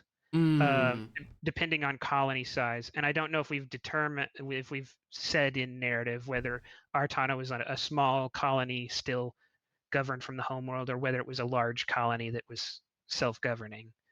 So I would highlight that it was rural. It was kind of one of those frontier colonies where let's see if we can build out here, but over time we just kind of became our own thing until Federation actually came out to help us more directly. It's like, oh, great. Yeah, we'll take your help. We've been wanting it for a while. Then in that case, right, they're probably, it would come down to whether diplomats were able to figure out who had military authority on the colony, the homeworld or the colony. And then the answer is whoever has that authority, what to do with the nukes was up to them. Starfleet wasn't going to and could not compel them to give the nukes over. Oh, right, because they have, right. Yeah. They could, right. The Starfleet could come along and say, hey, we'd like to help you build this lead-lined bunker to sequester your Yeah. nukes into and give you this phaser system to replace it. But they couldn't say we're compelling you to. The only Yeah. reason, the only time they could is if the homeworld said they could, and your colony had not been able to convince the Federation writ large that it was independent, right? Mhm. Yeah.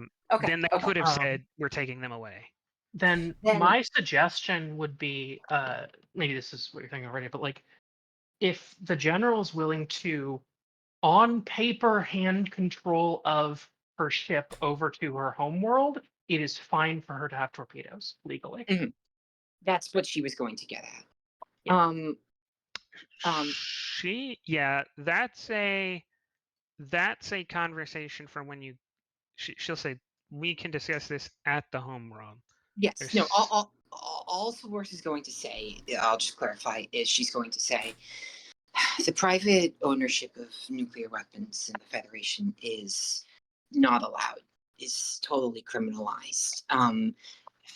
If you would like for your ship to enter the ownership of your nation's civil defense fleet, then they would be allowed, although I would expect them to be transitioned out of service for less flawed phaser and photon systems.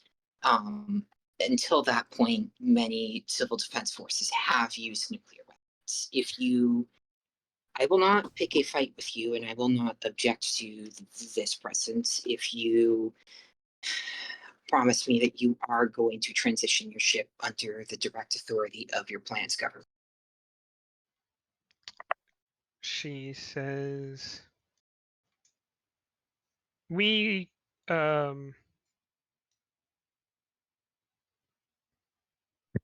something along that line is our intention. The exact details have to be worked out once we get to the home world. And I don't relish them, but short of providing the show with a better brother or the favor of the Chancellor, these were the best weapons he could be convinced to let go." Yes, I understand the logic in why you acquired. In your shoes, I might have made the same choice. However, if you do not do as requested, I will be forced to inform Starfleet Command about them. She says, "Let's not consider that avenue until our hands are forced." Griffin's So gonna Lorcy pipe wants her up head. without. Griffin's gonna pipe up without, permission exactly. Let's say, and I mean, hey, if a KDF ship shows up and objects to you being here, they could need a couple nukes. It's not that big a deal, right? She Be enough, says, Chief Griffin.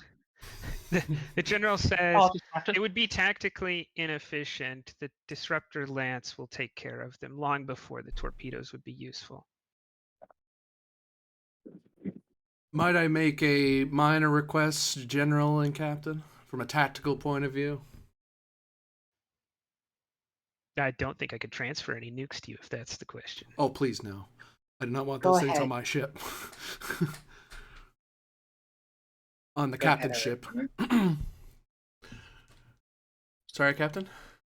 Go ahead, and it is your ship as well. I wish Starfleet Command would put that in writing, Captain. Though I agree with you.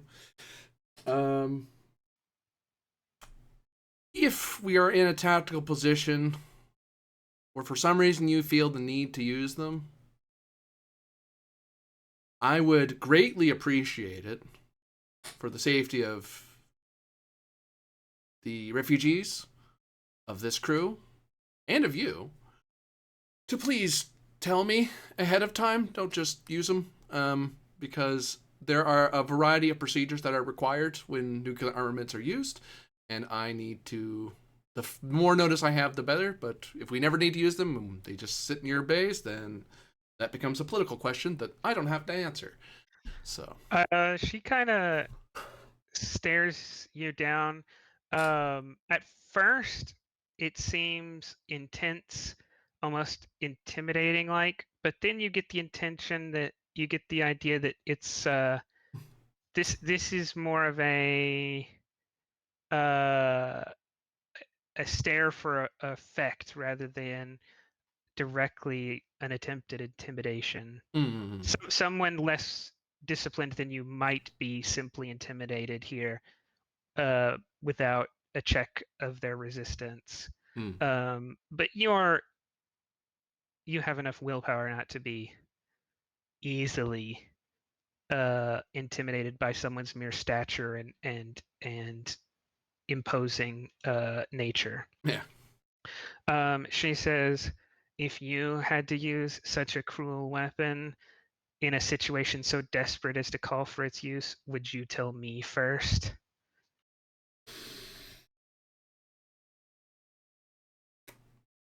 I'd like to think I would. I'm sure you do. I would appreciate it if we no longer discuss the hypothetical usage of weapons you should not possess. She said, he kind of smiles with a toothy grin and says, I have made a very effective career off of the debate and discussion of the use of such weapons. I enjoy it, relish it, actually. Like one might a simple board game. Yes, Loris's forehead crinkles and she says, I am afraid I am unfamiliar with such procedures. The Federation is... I am nowhere near as skilled as you appear to be at the art of bluff and intimidation. And I'll say, and I'm not going to go much further than this, Captain. I'm going to let it drop, I promise. I've made a career before coming here of being ready to put a hole in somebody because they're a threat to the people I care about, the people under my protection. My career is, although punctuated by a body count, I take pride in the many times I managed to never need to draw this weapon. Because that's the Starfleet way of things.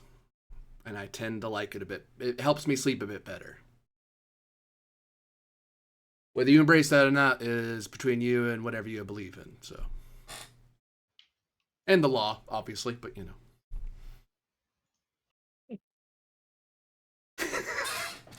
And Arton will finally sit down. She will retrieve the data tape from the computer and say, I think we have concluded your scan. Indeed, General. Thank you for your assistance and cooperation. She will leave. Anything else before we get to the beginning of the episode? I don't think so. I'm very sorry, but I don't think so. No, it's all expected. Right? I don't want to force you to go back in time to answer all these questions. If you didn't care to know, it would be easier to start at the beginning. If you do, would be doing much worse. It's convenient to go back. Mm-hmm. Yeah. Yeah, you're cool with them having nukes, right? Wait, what? Yeah, I'm just saying you're cool with them now. No, we're not. Yeah, if you didn't ever think to ask or look, then I guess you are. Yeah.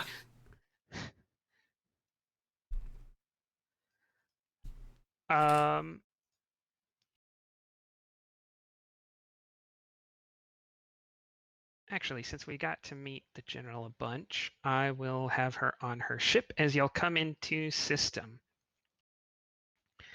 New scene? New scene. Yeah. 4 months later, same scene. Hey. You also lose ship's security database because that was 5 months ago. Yeah. In system, Inverni reports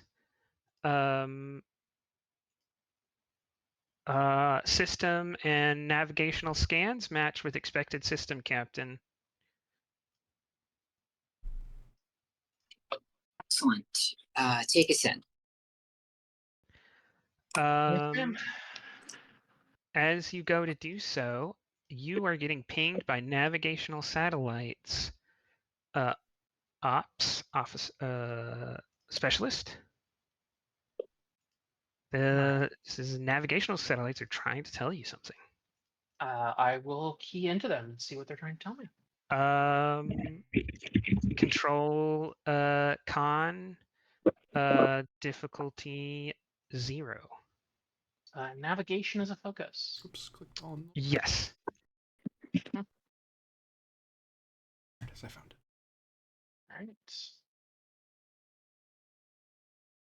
Assisted by the ship's computer communications con. Communications. A very rare combination. Yeah. That's a nothing. All right. 3 momentum gained.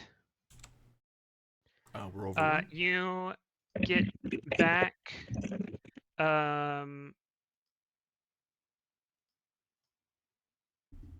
Andromeda and accompanying ships. You are requested to stay at the edge of the system or leave the system.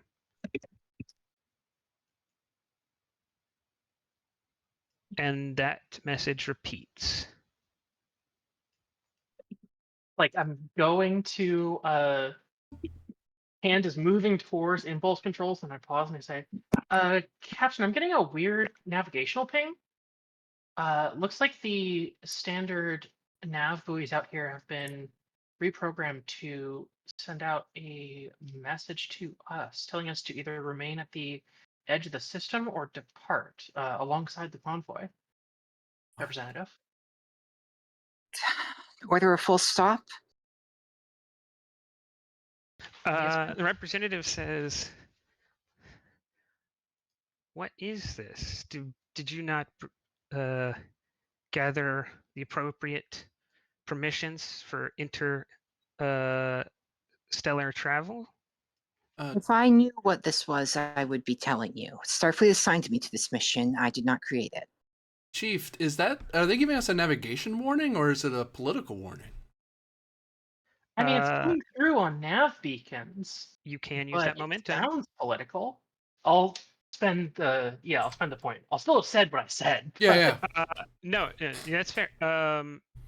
No, this far exceeds normal traffic. You are getting the normal unusual ion readings in this sector. Solar flare expected on this date, right? The planet you're going to, by the time you impulse at this speed and distance, will meet you in an interception course. And on top of that, hey, Andromeda and accompanying ships, stop and don't come any closer. right. So So it does actually seem political. It seems much more than normal navigational data. I'll continue on saying, I don't think I've ever had a nav buoy try and tell me what to do exactly. I mean, they give you like course readings, weather, that kind of thing, but you don't get messages through them. Yes, I believe this is political in nature. And maybe not mainline political in nature either, Captain Night Hazard, because this isn't a standard communication channel. Yeah, why not use the No. subspace transceiver for this from the world? No, from the this. homeworld? I if would answer one that for a momentum. Go ahead. Yeah, I'll spend. They don't know when you'll get here. Yeah, but they That's might true. if they knew we were coming, they see us, they could just go, "Hey, you right there, you stop." No, They said instead of calling me on a phone as I walk up to your house, you stuck a note to your door and said, "Don't come in." Like, that's a weird way to do this. yeah, because they don't know when you'll walk up, right? They don't know if they'll be at the door or not. Now there could be a question of why didn't they call me, right? They could just call, Yeah. because they have a phone and I have a phone. But right, if the question is why aren't they standing on the lawn ready to tell me, why have they put a note? Yeah, no, because it's more not why didn't convenient. they call, Yeah. not This They- is a yeah. convenient way to do that if they have decided not to call you ahead of time. Is all. right. Is all I'm gonna say. The not calling ahead of time is weird. Yeah. What in? That is the strangest bit of nonsense I've ever heard. I mean, Yes. even my colony wouldn't be that rude about it. It'd be a bit rude No. about it, but GM, when I gave an all stop, did everyone in the colony actually stop moving? Yes. No one has ever Okay. exceeded your commands. Okay, I just wanted to make sure. And then I'm going to say, tactical attempt to hail their civil naval authority, whoever that might be in the system. Let's see if we can find out what is happening here. This will be control engineering assisted by ship's communications engineering. I'm just writing a note to myself. Note communications focus. You have a lot of notes to change all your focuses. Yeah, make it new ones. You have supporting characters if you'd rather not change your entire personality. Hey, I'm learning on the job. I'm not a gunman anymore. I work in Starfleet now. I got to learn my lesson here. This is my first ship. Oh no, second ship assignment. Just take that back. I'm going to grab a communication earpiece. So that normally costs opportunity 1 unless you're willing to waive it. No. We are not in a combat scene, but we are in a scene where it's important whether one is right on the desk or not. So I will take that. Yeah. That just helps with complication. That helps with complications. That's all. Yeah. If you create one, it would counter it, I believe. It doesn't help with one that happens during the roll, I don't think. But it makes sense because we're in the era where you'd have earpieces, and I normally wouldn't have it at my desk because I'm not normally comms, though I'm learning very quickly. I kind of am. Yeah, I think your default comms. Yeah. What difficulty? Apologies. 1. 1. Yeah, complication range is reduced by 1. Yeah. But it's 1 minimum. So I am going to do this. That's right. Difficulty 1. I'll buy a momentum. Why not? I'll buy a die rather with momentum.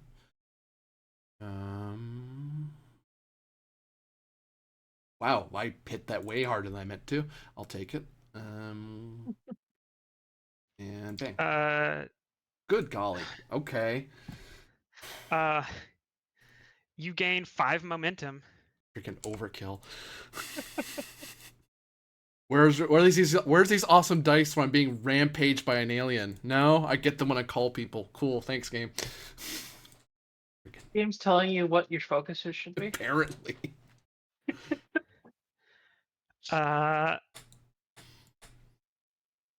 So what is your initial communication?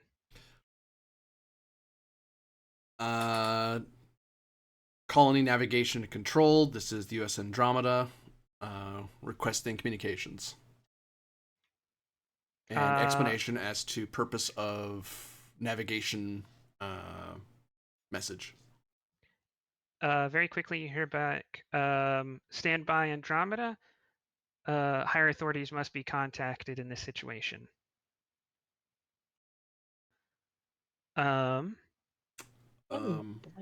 I am going to give you here a roll, which you might want to spend this floating momentum on, because it's directly coming off of this roll. Okay.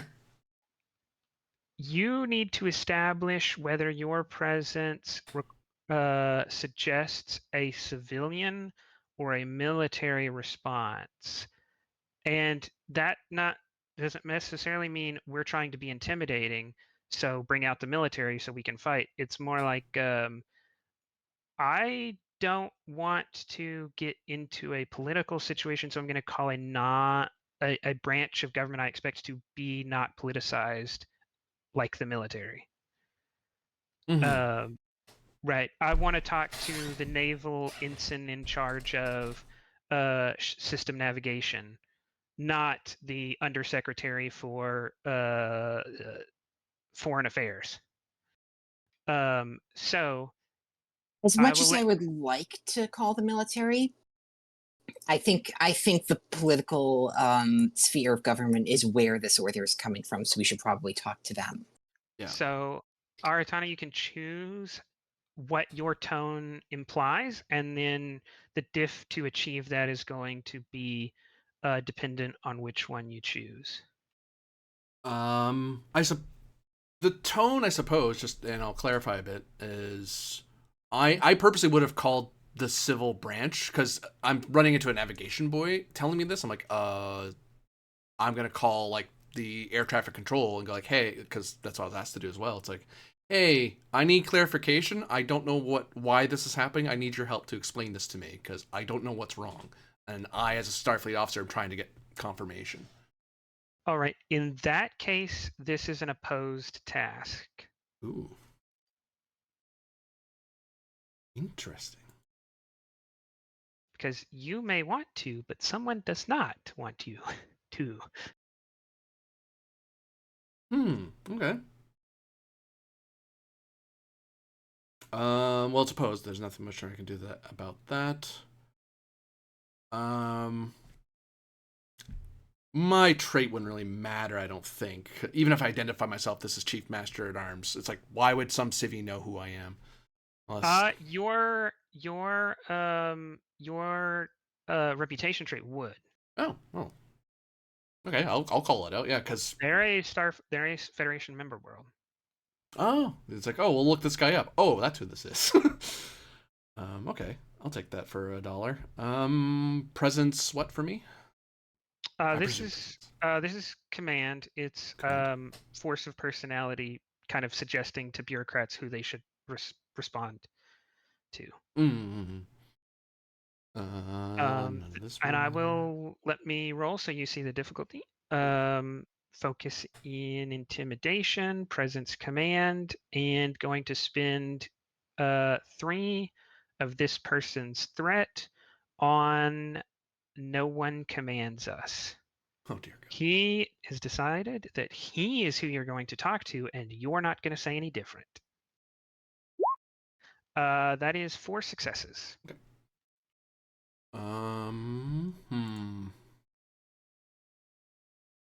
Well,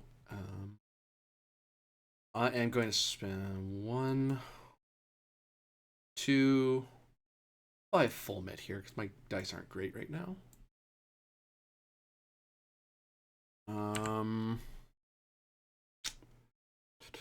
of the focuses make sense, so I won't argue them. Presence command, full mit. Is there any reason I should challenge a value? I don't believe so. My values are all about force of arms and stuff, and that's not what I'm doing. I'm actually being super civil about this.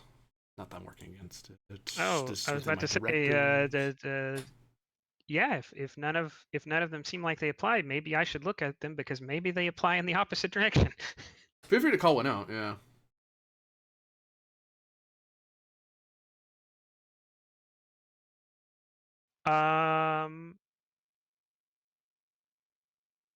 I think the mission directives are fine. We're acting in the mission, but I don't know if my values can help me here. Fight me, I should say. I would give you a complication on your choice of complication or write out on sometimes force is required to enforce compliance. You're a Starfleet vessel, and this is a matter of navigation and safety. They don't get to say no. Right? They don't get to misdirect you, send you to the wrong part of the government. You don't get to. Starfleet doesn't get to make many demands of member worlds. One demand they do get to is safety of navigation, and there's a navigational beacon here that's doing something weird. They don't get to say no. They don't get to throw you for a loop. This is the one area where you outside of an exploding star, right? This is the one area where you get to say, hey, this is my area of responsibility. Do not toss me around. I'll eat the complication rather than strike it out, yeah. All right, so you gain a determination which you can use later. The complication is going to be... Yeah, because Aratana probably comes off very terse, like he's not used to being challenged. It'll come in the form of increased complication on rep rules not a straight out -1, but there is a chance that those who happen to be listening but are not directly involved,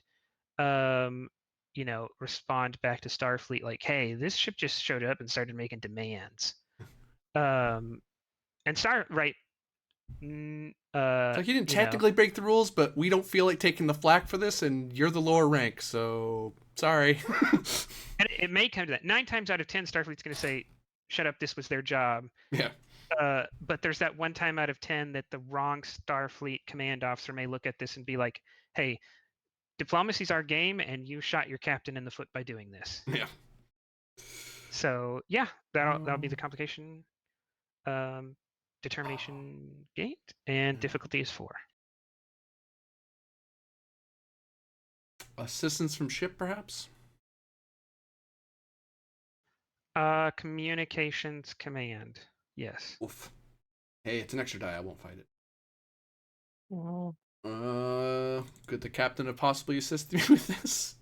No, because this is not the Yeah. content of the captain's message. This is What I'm doing now. how did I come off when I talked to the bureaucrats, right? And you right now you're coming off as a military threat. Yeah, I have no way to claw that back. Like they're almost afraid you might shoot the navigation beacon if you don't get an answer, which is not what you wanted to.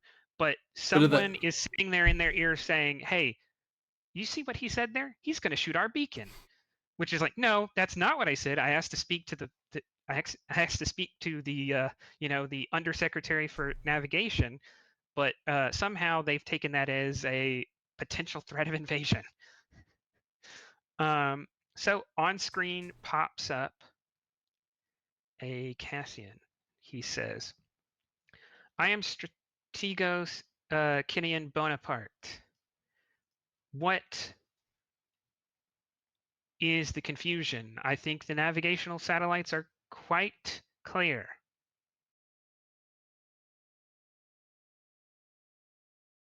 And I'll copy his name real quick. Araton, like off the screen, will turn and just kind of give a shrug of "This is who I got," but it's not. It sort of look like I don't know why I have this guy. Yeah. Yeah, I assume you'll route the conversation to the bridge. Oh, you did. Okay. Sorry. The commander will say, "I do not understand. Starfleet Command gave me a direct and clear order to navigate this group of the Cassian diaspora back to their home planet. Why are you objecting now?" I think you have misinterpreted your instructions, Commander. Their home planet is Kronos. It's not here. You may escort them there. Is there any confusion? No, I believe I'm beginning to understand what is happening here. You Very and good. is he hanging up or? No, he's being Okay. very terse, though. Okay. You and I both know what is happening here now. You do not want to accept these people back because you view them as traitors. However, they are stateless. They have nowhere else to go. The Klingon Empire has formally rejected them. You have to admit them back into their former homeland. We have nowhere else to put them. All right. This is going to be intimidation off. Your success here is not necessarily you getting him to move towards any form of agreement, but it might push him to think he has to involve some civilian part of government, or he has to follow some process which is going to give you more time to get a reasonable solution. He is definitely trying to push you into into being the person who looks like they took a stance, right? You're both taking a stance, but he wants you get the feeling that he is pushing this towards the record showing one of you being unnecessarily aggressive, and he's pushing it towards it being you. So this is an opposed task.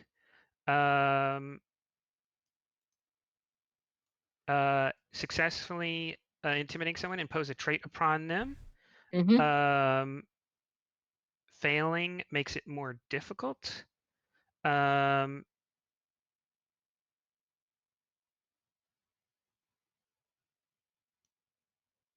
So it might basically, y'all do this until one of you either gives up or it's simply impossible for one of you to continue because you've had so many traits about your fear or uncertainty put on you. Right, because that's the outcome of intimidation. It's not saying, oh, just the difficulty's increased, it's harder to resist. It's saying, no, now you have a trait of fear of the enemy one. Like you're opening yourself up to actually being told by a success or failure whether you're afraid or cowed. That's the dangerous nature of intimidation. Okay. Is that you do lose a little bit of control on whether you're whether on the freedom to say whether you're intimidated or just not willing to continue. That makes Vulcans Right. pretty good at intimidate off. So if it's like I'm willing to suffer stress to ignore that, it's like, you are suffering stress though. Like I am, yeah. So you're suffering stress rather than the traits that are being forced upon you. Yeah. Yes. But actually, you're still suffering from the traits, but you can ignore them for the purposes of a roll. Yeah. Okay. Not to say you're does gonna my lose, trait- just throwing that out there. Does my trait respected Starfleet officer count for anything? I have some name to push around here. Oh, actually, hold on. Mhm. Relevant talent. Oh, Very similar, but slightly different to the one that the captain had, the general had. I mean,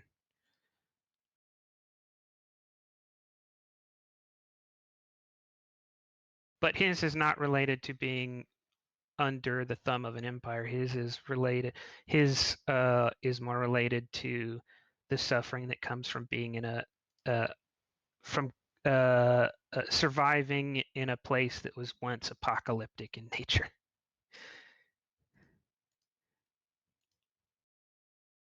Right. When you grow up with stories of your great grandparents, like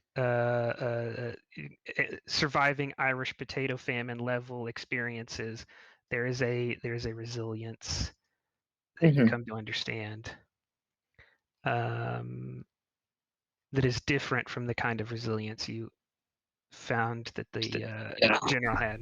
Mm-hmm.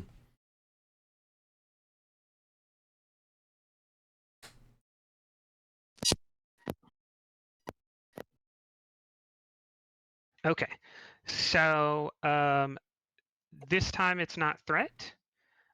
He can choose. You roll first, and whatever the outcome, he's either going to choose to take stress to automatically succeed, or he's going to roll. Automatic succeed doesn't mean the task is over, right? It just means he's taken a bunch of stress to force a trait upon you. But with the amount of successes you can get, that has a much higher impact than threat, right? Yeah. Okay. Because Then I'm you probably going to normally go do all out. stress. Then I'm just going to go all out here. And if he wants to take that risk, he can give himself a heart attack by telling me to die. All right. What am I rolling here? This is opposed presence security. Oh, because y'all are both framing this as who is the one who's taking unnecessary tactical action here. well, my security is 1. I don't think it's reasonable for me to pawn this off on Eraton, just given the ranks involved here. No.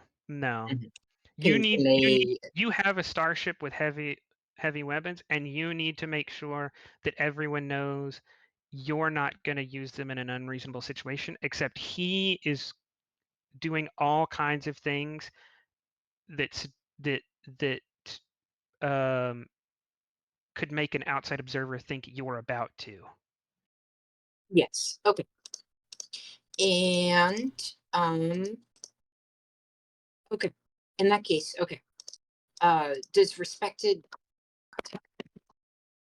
Starfleet officer Yes. okay. That is a free And hit. inspiring presence give a free hit.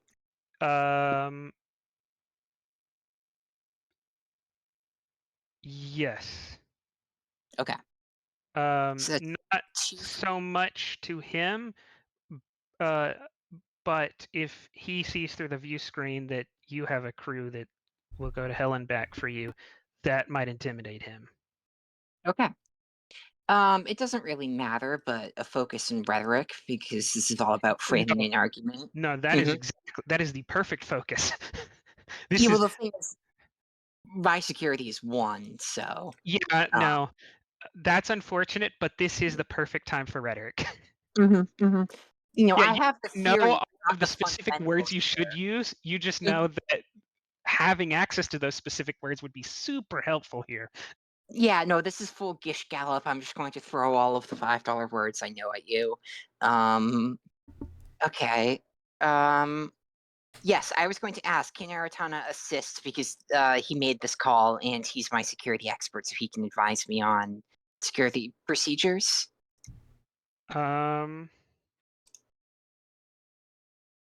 I will allow a separate attempt at a trait creation by Okay. Aratana real quick, but not a direct assist because um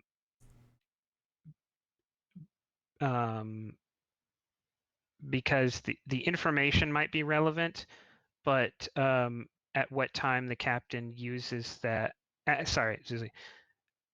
This is a multi-stage process, and Aratana's help really is going to be represented by one role, not a constant series of roles, I think.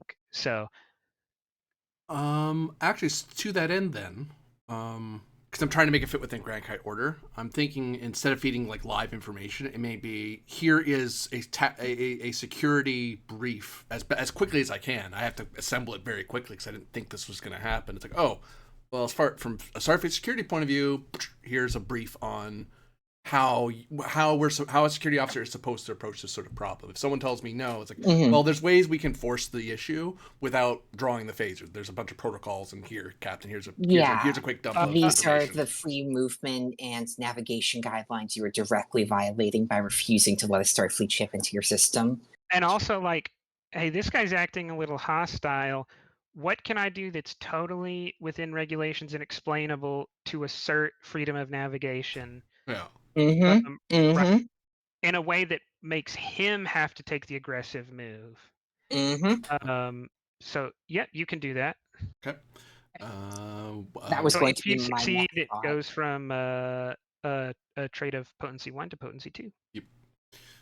And on that same vein, would it be possible for Gwendolyn to assist? Because the one thing that absolutely would be legal for us to do and force him to respond would be to order the ship to full impulse to start moving forwards.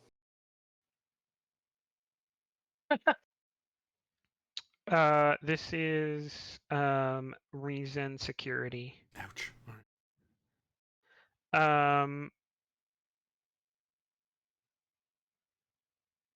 I will take a reason con here. All right. I will assist with that. As the captain covertly waves at you and motions for you to get the ship moving. I don't have a. I'll call it out. It's a flyer. Calto. The idea being of here's a series of things of regulations you can lean into that if he makes the wrong move, he comes off bad and you don't. Yes, if you actually were doing this, no. But this is not actually doing all of the freedom of navigation things. This is stacking the deck and knowing what plays you can make ahead of time, and that is a lesson taught by Calto. Is being able to think ahead and anticipate arrival. I'm gonna buy a die. Yeah, I'll buy a die. Is there a reason I can call it a value? Not really. Yeah, I don't think. Well, sort of. I don't want to. Yeah, I suppose I Any- call it. I suppose I could call it sometimes force.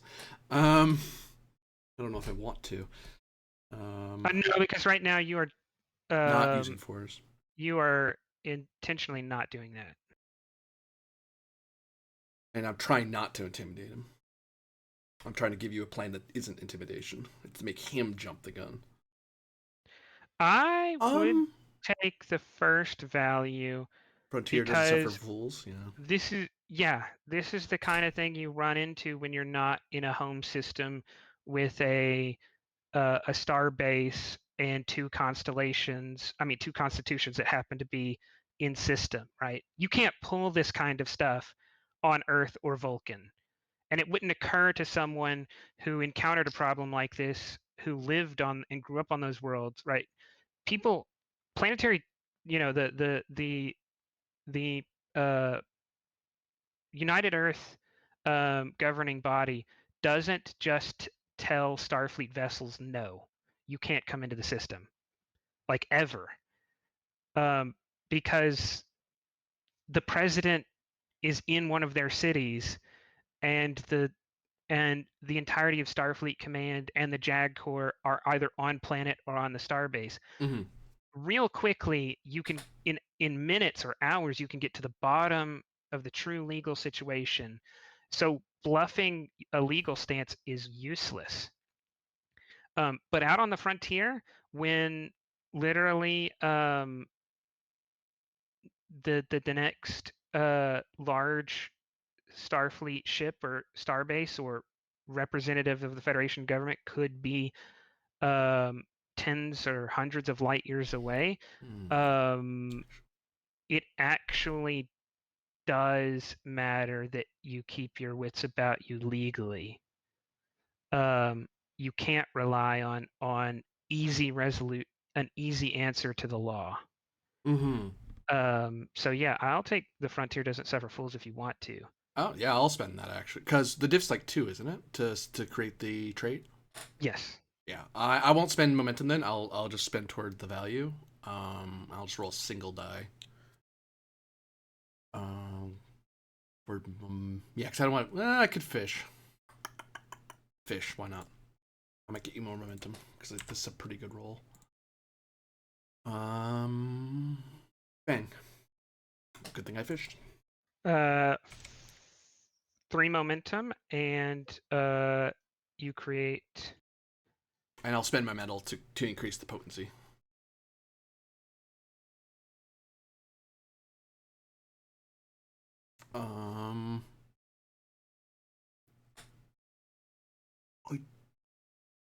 To create the trait Freedom of Navigation Plans 2.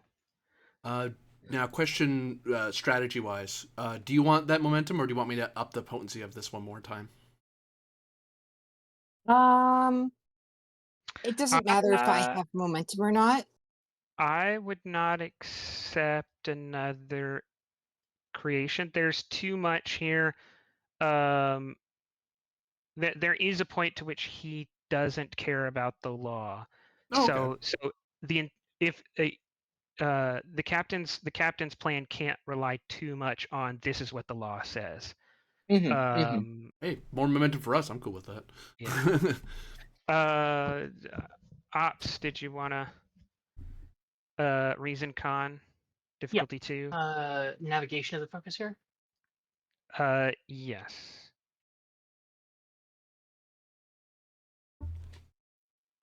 You're short a die?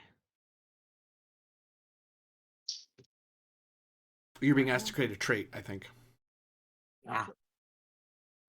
Oh, you could have just assisted if you wanted to. Yeah, I was planning on assisting there. I think. Okay, then I'll take that 1, and that's an extra momentum gained. Okay. Well, it's not momentum until we know if we succeed or not, but yeah. This was a separate task. Okay. So that is, yeah. Now we're back to your task. So she assisted Artana. Okay, Yeah. okay. Sorry. Okay. Now I understand. Okay, presence, security. I have 2 free hits. And from my traits, another 2 hits from Aratana's trait. That is correct. So I have 4 hits. Okay. I don't believe I can call back to something in the same episode I already called it back to, correct?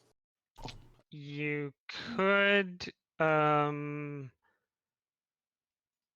but I don't think you want to. Let's say don't do that and ask me after the episode and we'll clarify. Okay. Well, I'm looking at 2 values and you can let me know if either of them apply. One of them is I give nothing but my best to my crew. I expect nothing but the same. On the grounds that I am not going to back down. I will go to the ends of the earth to complete my mission, and my crew will too. And my word is law on the grounds that this is a dispute as to what is officially, legal government or not. And Your word my is word law is is law. the most applicable. 'Cause Okay. that's almost entirely true in this situation when it Okay. comes to freedom of navigation. Then Oh, and I was going to say, actually, you write, regardless of the values you use, you only choose one log to be the thing that right. goes in at the end of the episode, which is why you would not want to do that, because I think you would be hamstringing yourself Well, on By a not future getting the milestone. benefit of another milestone. Okay. Because you can mark down multiple values, but you choose, I think, one of One. them to be Okay. the log that gets recorded. Well, the log has multiple things in it, but when you call back, it's like once you've called for anything in that log Mhm. shuts off. You can't use anything else in there anymore because that log's I been think they're used. talking about a different log, having called back to 2 logs in the same episode. No, I was talking about calling back to the same log to turn Oh, the no, okay, milestone okay, into an arc. that is a much easier question. Oh. No, Okay. because you haven't actually Okay. created that milestone yet. I understand. Okay. Oh, I understand now. apologize. Yeah, I yeah. was confused too. My bad. we all had good answers to 3 different scenarios. I like this advancement system in theory, but it's a little fiddly in practice. Yeah. You could make Okay. talents out of that. Presence, security. Okay, so I have 1 free hit, I have 4 free hits. A free 1 dice is just a 2, and now I'm going to spend 1 dice. Okay, I'm going to spend 1 dice. The most I can spend is 4, 5. It costs 5 to get to 5, and I'm only rolling 4. It costs 6 to get to 5. Okay, I never do this right. Okay, then have 1 threat. I'm rolling 4 dice. Whoops, sorry. I'm rolling. You're rolling 4 dice. Yes, the 5th is automatic. Sorry, you knew what I meant. Okay. And that's a reroll for the comp. Okay, so that's 1 plus 1 plus 2 plus 2 plus 2 is. 2, Oh, I 4, follow now. 7, I was falling 8. behind.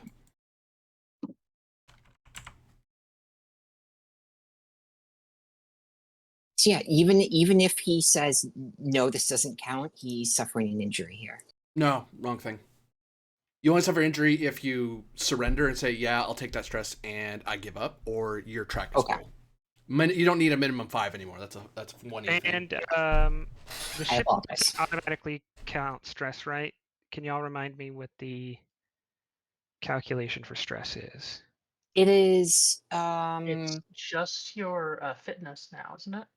Yes, it's It's- just your fitness score, unless your Unless you're a species Vulcan. talent changes that. Yes. Like Vulcans use unless you're a control human who's instead, got- or yeah. Yeah. Okay, then he's not gonna do that. That would be a effort of last resort. 8 is way too much stress to take on the opening shots.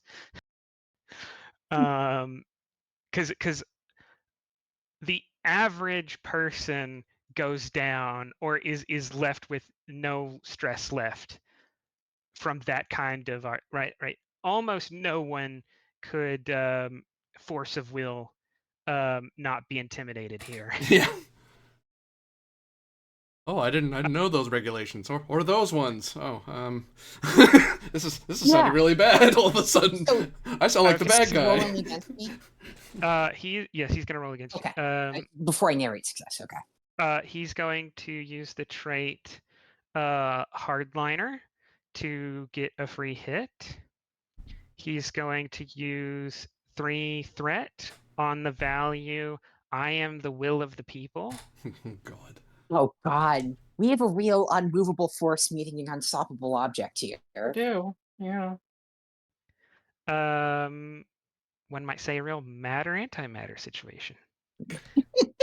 And he's not really that short. Like, stop pointing that out. I know it's intimidating, but according to his planet's measurement system, he's perfect. He's the average size. Okay. It's a misinterpretation of how their unit system works. Exactly. Such an Anglophile thing to do, to go right after the Bonaparte's height. Be Um, I mean, Prussian we could too. also Oh, Bohemian. we those could guys, also go after the fact that he lost. Count the ring. um, Say what you will about Queen Victoria, she didn't die in exile on a small, pathetic island in the middle of nowhere. That's what they want you to believe. Okay. I mean, after Albert died, she might as well have, and no one would have known the difference. Well, that's a little That's sad. okay. That is true. Come on, tough guy. It's not even funny. It's just kind of sad. Yeah. All right. So he's going to take the automatic success, and then he's going to spend.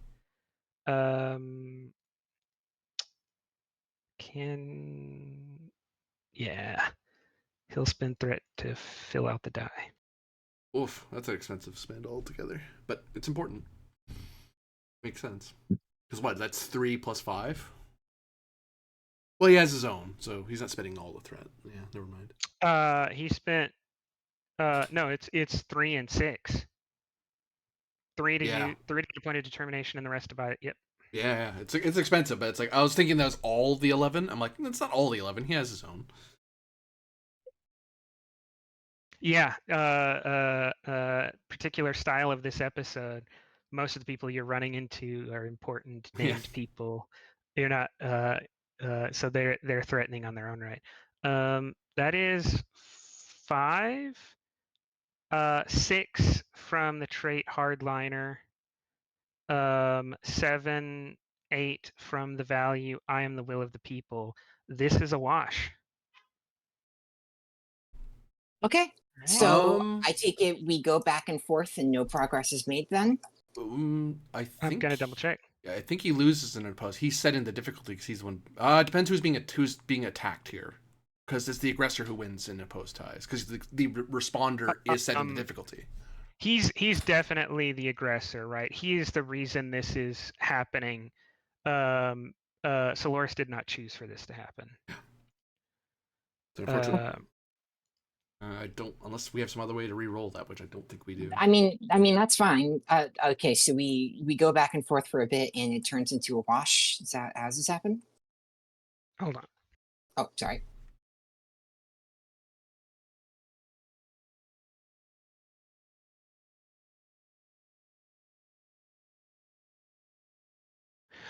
No, because as Corbinian was mentioning, because you're the defender, you set the difficulty of 8. He met that difficulty, so he is going to put the trait on you of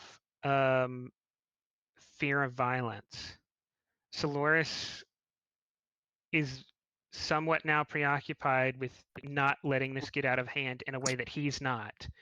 He knows whether or not he's willing to use violence. Solaris doesn't know whether he's not, and actually thinks he might be willing to do it, and she's not. Okay. Can I burn 2 stress to ignore the negative effects of that trait because I am a Vulcan and I'm able to compartmentalize such things. Let me double check that's what the talent does, but that sounds Mental right. discipline. If you just click on my talent, it says Further, your maximum stress is based on your control rather than fitness, and you may suffer 2 stress to avoid suffering any trait that represents the emotional state. Yes. However, if you become fatigued, you increase the potency of such trait by 1. Fatigue being having a full stress track. Yeah. So yes, you can take 2 stress to ignore the threat of violence he's put on this conversation, and Okay. this continues.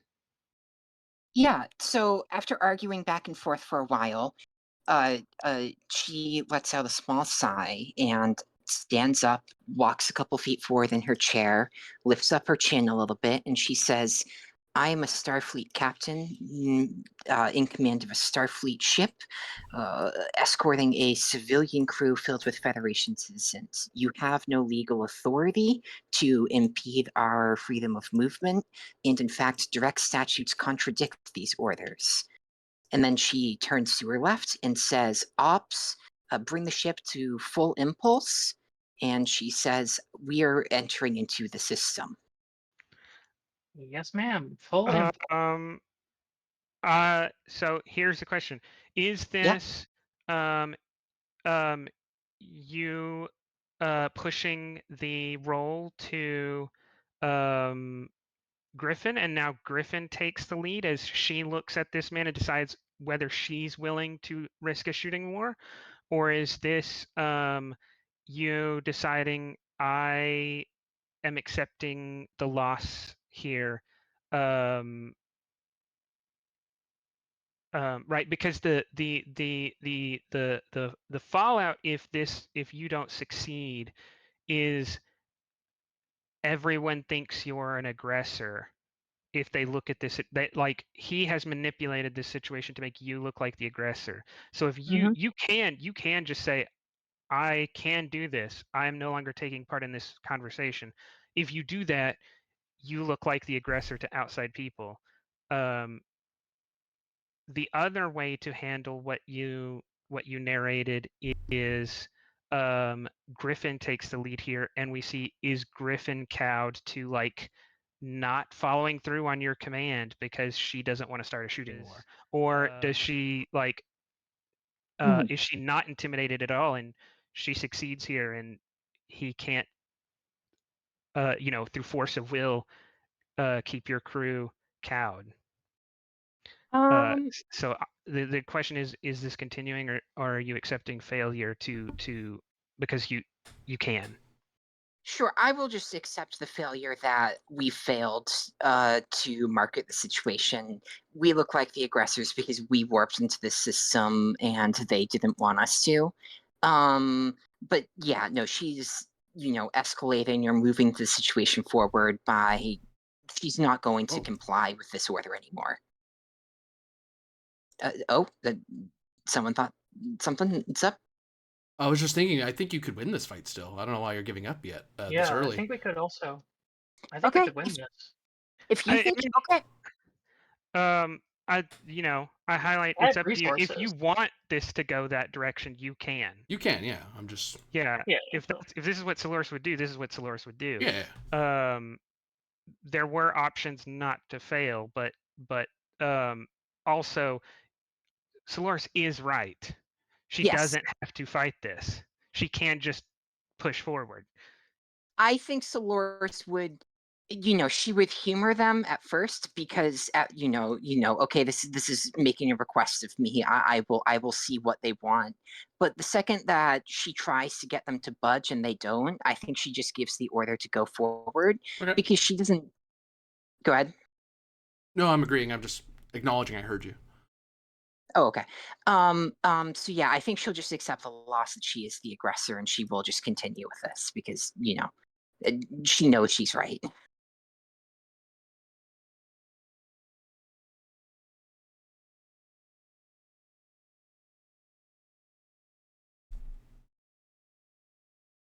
Is the threat still supposed to be 11 there, GM? Why would it change? He spent, 9 threat at the... He had that available on him to spend because he is a named important person. Holy crap, that much? It's 3 per value. Oh, I thought it was so- 3 so- just for him. I was like, oh, okay.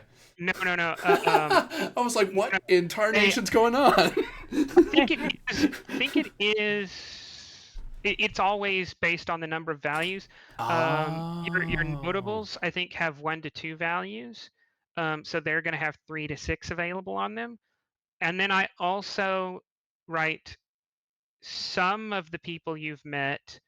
They're not the ones you've decided to deal with, or you haven't gotten the chance to deal with them.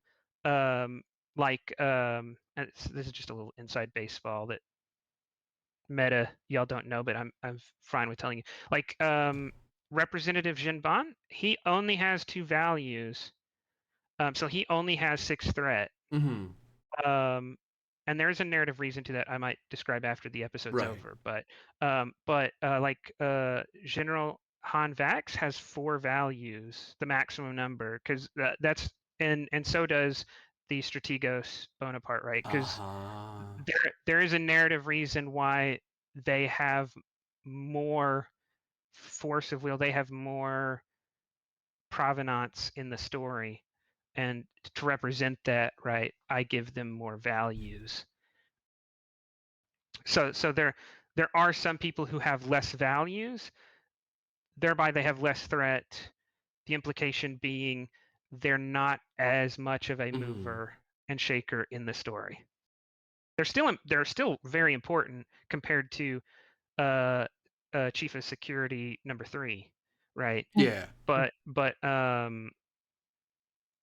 anyways, It's definitely a firsty, second transition. That's why I got short circuit, because in firsty, most people had like threatening 2. It's like, how much they have? 2. That's it. That's all they get. It's like, oh, this one's like, no. If this guy has no values, he doesn't get anything. He gets values. Well, the more values he has, the more threatening he is, which makes sense. Separate from menacing. Yeah. Menacing, is a thing generally given to NPCs that don't get their own threat pool anyways, because menacing goes into the main pool. Yeah, they call it threatening, I think, or menacing in the firsty as well. Same idea. They just didn't have the value equivalent. Yeah, this system has both menacing and the values. Yeah. So it is not long. It about 20 minutes passes as you're heading along towards the main star lane in the system. And Aratana, your tactical starts lighting up. You have 2 squadrons of 4 fighters inbound, all shields and weapons activated, and they are in tactical formations. This is not, by any stretch from your training, a freedom of navigation interception. This is an assault. There's not, whether what you tell the captain is up to you, but your training screams, this is an attack formation. This is not a intimidation formation. Yeah, sorry, I didn't need to explain further. Tactical sensors reporting 8 hostile vessels on intercept course with hostile intent. Recommend red alert. The captain pauses for a second, and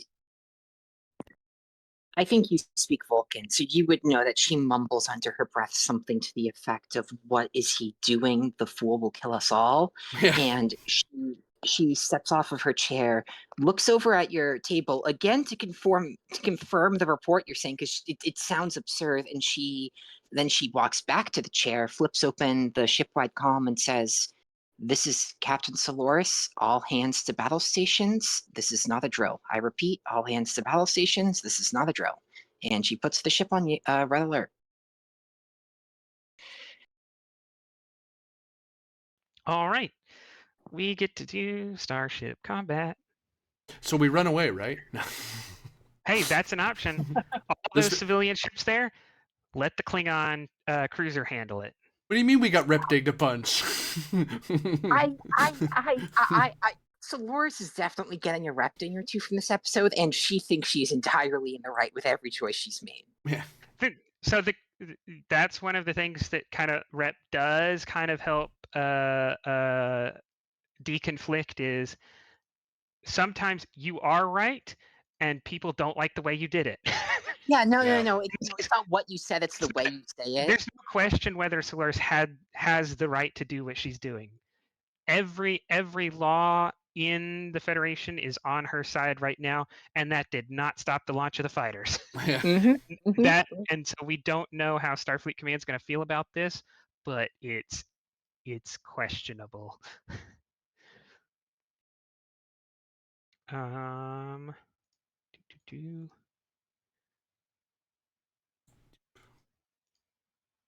Conflict, starship conflict. Okay.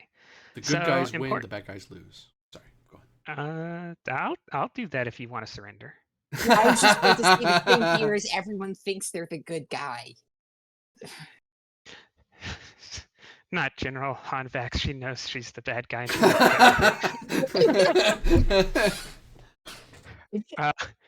Everyone else but her, sure. Yeah.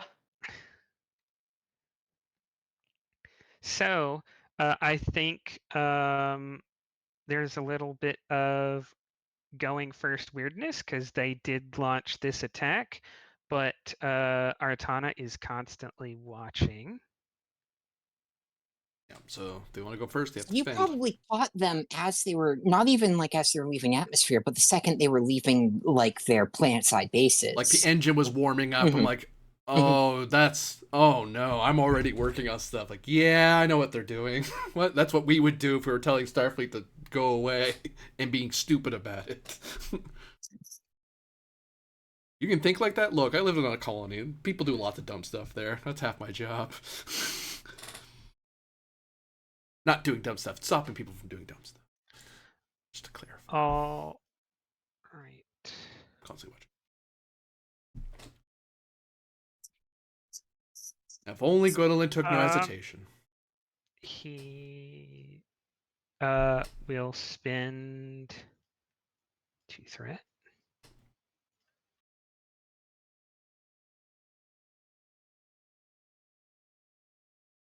So these fighters are coming from these 2 planets. That's why they are in those squares. Mm-hmm.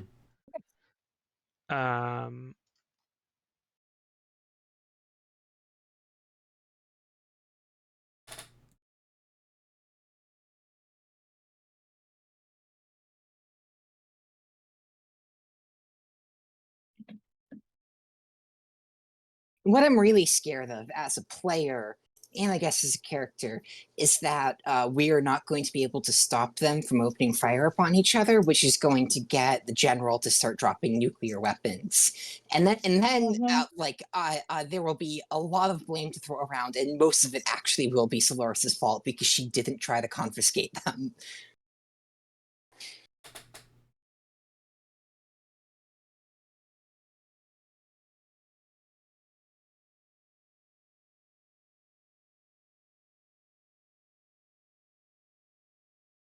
I am mildly regretting spending my medal for that fight when it was 1 round and gave up on. I'm like, I could have used that for this fight. Because it's only 1 permission. I'm like, oh, well. You're going to give ground, I wouldn't have used it. I mean, even with it, if you had not used it, she would have guaranteed fail. So I also, because of the nature of how this got started, another 2 for escalation. They have photon torpedoes. Starfleet standard issue, manufactured in a Starfleet facility, photon torpedoes. Which, if they're a legitimate civil defense force, is okay. Or they have illegal torpedoes. I assume these are legal civil defense. I hope forces. so. For our... So a free point of information for Artana. These are a standard model of system defense fighter. Your colony had 3 of these. Yeah. For anything that was small enough that they didn't need to call a full starship for, like just routine scanning, routine law enforcement routine surveys. This is the fighter you get from the Federation. I probably flew around one of these things a few times. All right, idiot, come to Right. halt. I'm scanning Is- you. Don't run away, damn it. So Is this like space shuttle size, like it can fit a couple crew, or is this like full on dogfighter? It has one seat. it has one seat. It Okay. is not a shuttle. The shuttles are shuttles are a separate thing. This is Okay. Okay. primarily, that's why I highlighted law enforcement, right? It's not it's not as useful for like emergency evacuation or emergency support. Yeah, doing anything but defending the colony. Yeah. So he's gonna move minor helm to here. And then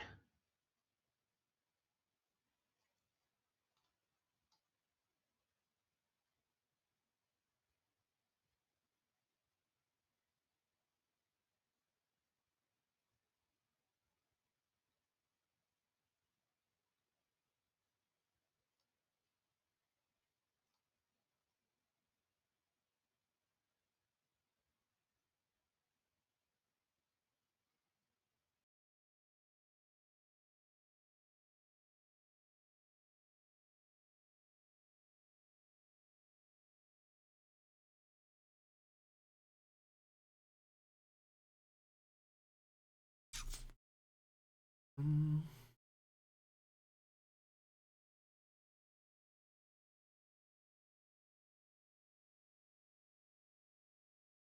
it's gonna select phaser cannons.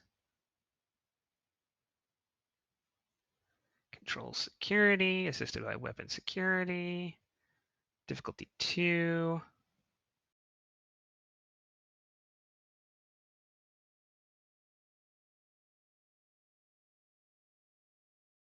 They are just opening fire. Okay.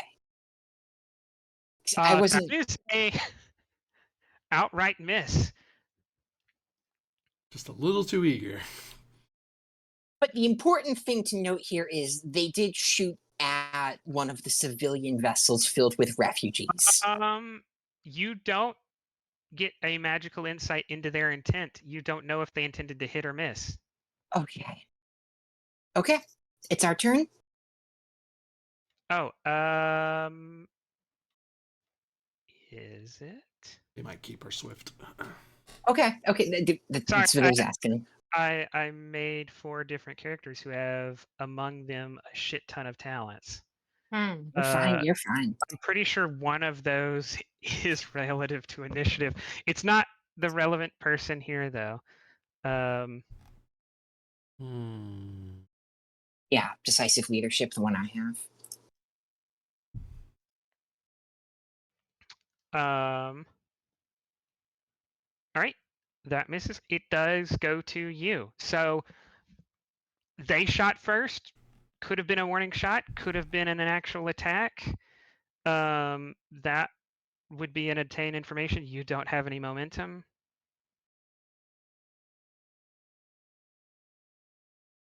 So what are Soloris's orders? Because it may not be your turn, but I assume whoever does take a turn here is going to be following through on orders. God, it could be a warning shot, which means Soloris really does not want to pull the trigger that starts killing people before someone else does. So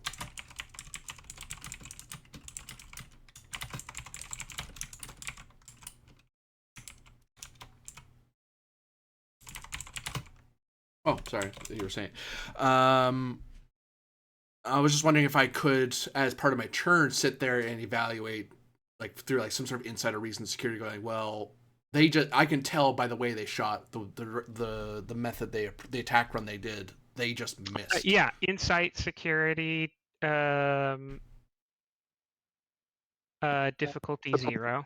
So I could figure that out. Yes.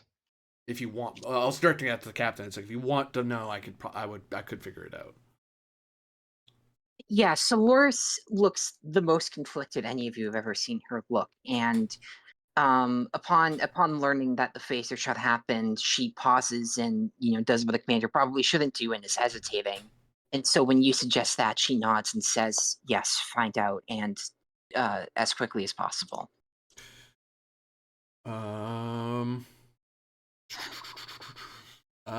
Shipboard tactical weapons, tactical sensors. As focuses. Yes. It's 0. I just wanted the up. I don't feel like giving you more threat than I already have, so besides it's 0 anyway. I'll take 3 for $1, sure. Boop.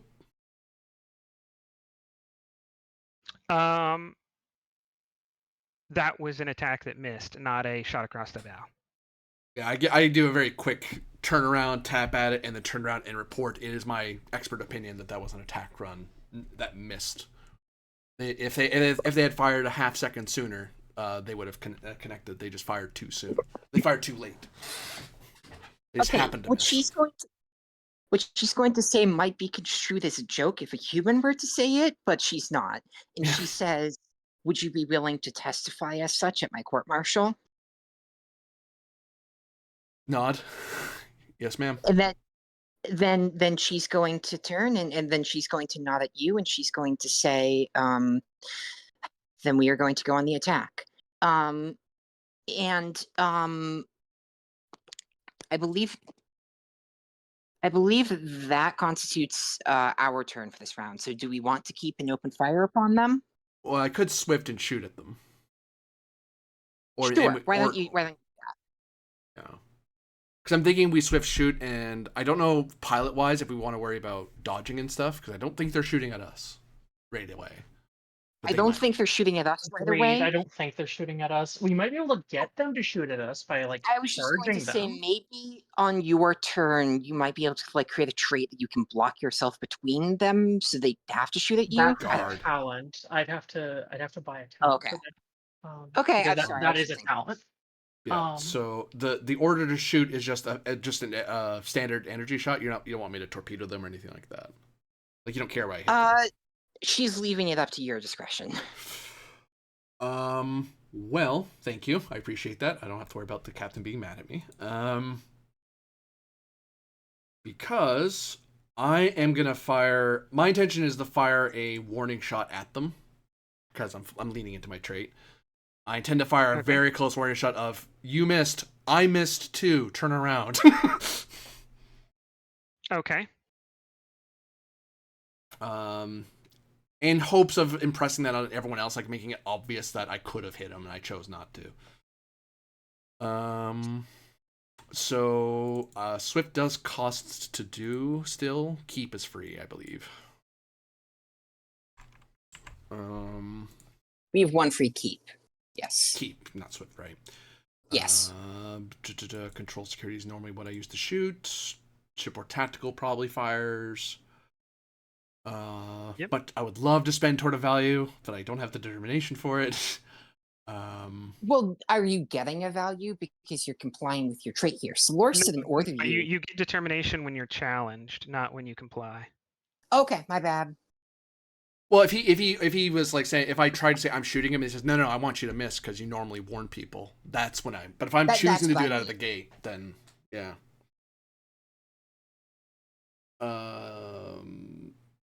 Brain power go. There we go. So I need to think about. None of that applies. None of that applies. That doesn't matter. That doesn't matter. Good. Difficulty is 2. 3 because I swifted, right? Yes. That said, I think I'll minor do something to help with this problem. I was on the page and I clicked away. Sorry. There it is. Oh, torpedoes. Oh, phaser. I'm not firing torpedoes. Oh, okay. Warning torpedo. Yeah. I mean, I could, I guess, but Yeah. People have fired warning torpedoes in the past before. It's not impossible. I So, suppose. and my understanding is difficulty. Distance doesn't affect difficulty. It just affects whether or not this weapon system can get out that far. Oh, they don't do the Mhm. staging thing. Oh, that's neat. Yeah, so because you're not getting penalized because they're too close. You're but you aren't allowed to shoot torpedoes at extreme range. Like you cannot exceed range.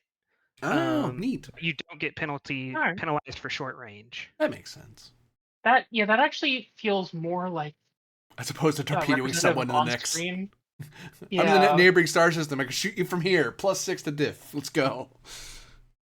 I'm sniping with a starship at that point, and that's kind of fucked up. Yeah, I mean, the problem you run into there is that all of these things are moving relative to each other in space, and you can shoot at them, but they might just not be there anymore. Like, not even through movement of their impulse engines, just through the natural drift of stellar bodies. This sounds like something a guild navigator says when they're having a nervous breakdown, like Uh-huh, covering spice. The bodies, they're moving relative to each other. Yeah. Yeah, it's like that one annoying Stellaris event where your ship just gets exploded by random laser beams from an ancient conflict they've just been traveling through. Yeah. Space. Yeah.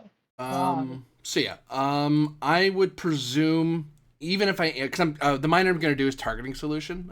I was just thinking, even if I aim for a system other than, I would think a warning shot is not hitting them. If I hit something like their weapons instead of their engines or whatever, that's still shooting you. That's not a warning shot. That's me hitting you. Yes. Yeah, that's what I thought too. You would want to choose the other thing from targeting solution, which is a reroll. Reroll, yeah.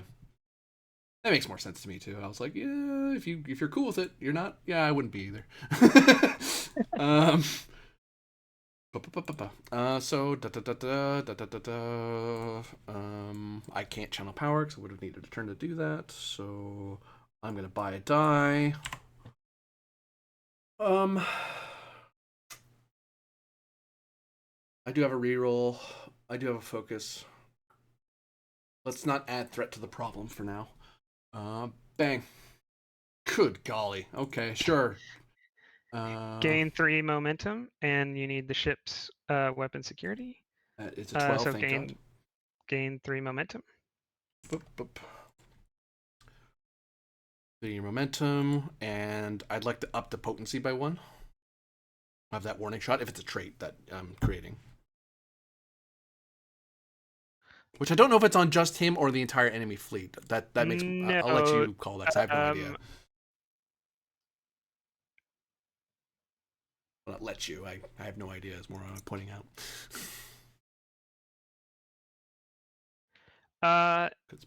That guy. I'm gonna take the trait, but not the enhancement. As Okay. a trait of 1 is enough for him to take a full round where he is at most defensive, but more likely to just get confused and bulk. Okay. And by he, do you mean the commander of this whole fleet or that pilot? That pilot. Yeah. Okay. To do it to multiple, you would have needed area or something. You would have needed phaser arrays. Sure. Torpedo blob. Yeah, and I wanted to shoot at him because he's the one who shot. I'm not going to fire warning shots at people who haven't shot yet. I'm like, you haven't done anything yet, so I'm not going to. You have your guns out, but you haven't done anything.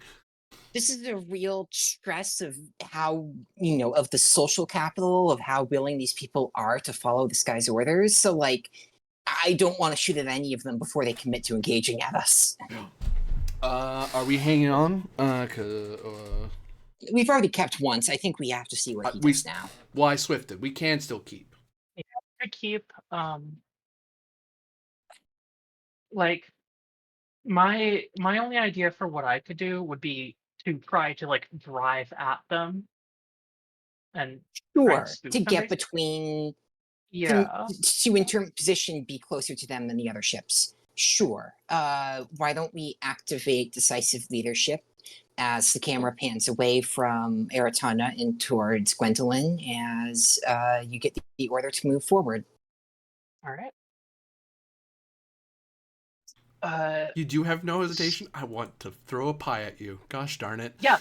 Yeah, no, it was right after the enemy ship finalized its shot, and I was like, God damn it! I spent for this at the end of last session.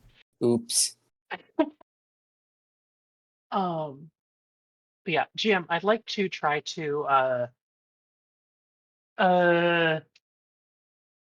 probably make some sort of daring con check here to try to intimidate them by looking like I'm willing to just ram right through their ship. So you're going like right here?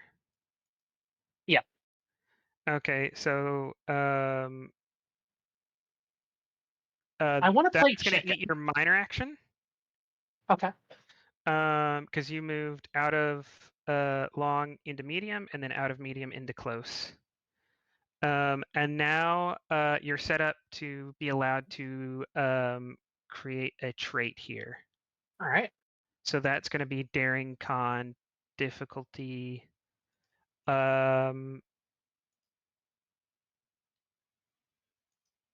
Difficulty 2. Assisted by ships. Sensors con because you don't actually want to ram them. Mm-hmm. Ooh, sensors. Cool. Hey, that's nice. Combat maneuvers is a focus. Yes. Cool. I will spend 1 momentum for a third die here. Okay.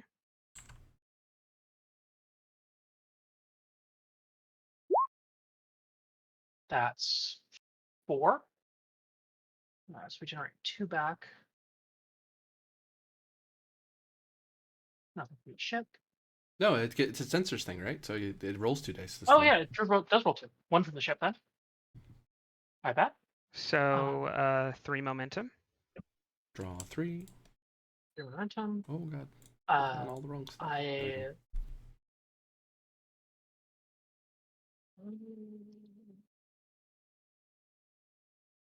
There's it. So you blaze through, and their formation kind of has to open up and scatter. Right. Oh, that's such a cool visual. Yeah, right?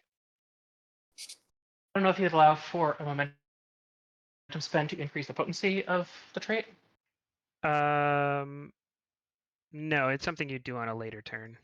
Okay. Just checking then if I want to. Iron Swift.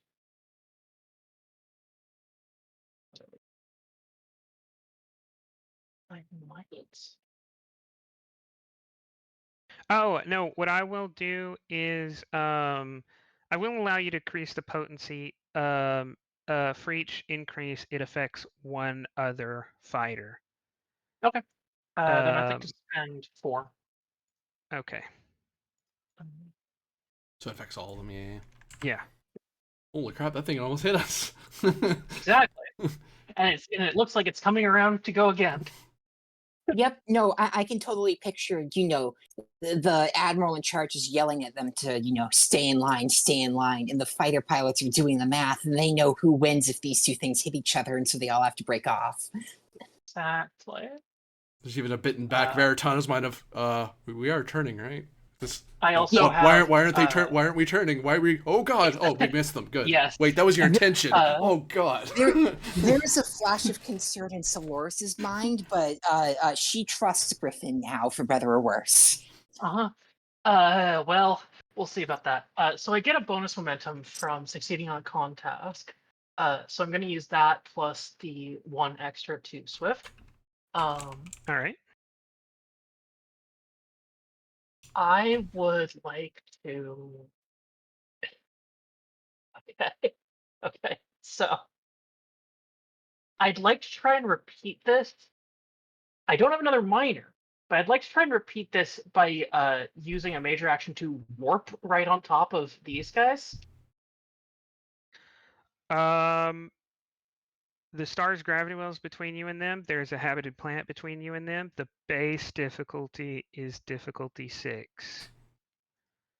I can do that. what- Don't gravity things just cost momentum increases? Because it's terrain. Yeah, let me double check because my go-to was to think of them as complications, but you're right, I think. But also, we are right next to it. You would have to warp through a gravity well and not around it, right through it. I can do that. Well, 297. It's because it's borrowing that from what Fallout does. Because Fallout it says I have to jump over this car. It doesn't increase the difficulty. It says no, you owe me momentum to do it. That's why you're warp. You do a running roll to go. How much Yeah. momentum do I generate? And if you're short, you're like I can't go. It doesn't matter that I made it. Right, I yeah. physically don't have the momentum to get up and over. Yeah, like if it's going to cost momentum, I think I can't do it. But if it's It difficult, I costs can. 3 momentum. And that's exclusively momentum. Um, But warping does give you a roll normally. That's why it gives you a roll to hopefully generate stuff.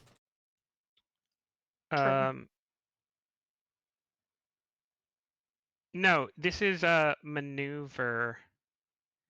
Because warp is Oh, when I you want to go. suppose, yeah. So maneuver is for doing the same thing as impulse, which is moving up to long. Warp is specifically for going more than 2 but less or equal to your engine score, Oh, that's which is right. Yeah. basically outside of the system. Also means we don't use up our reserve power. Yeah, which I'm because happy you for. wouldn't be Yeah. able to have done this without reserve power. No. So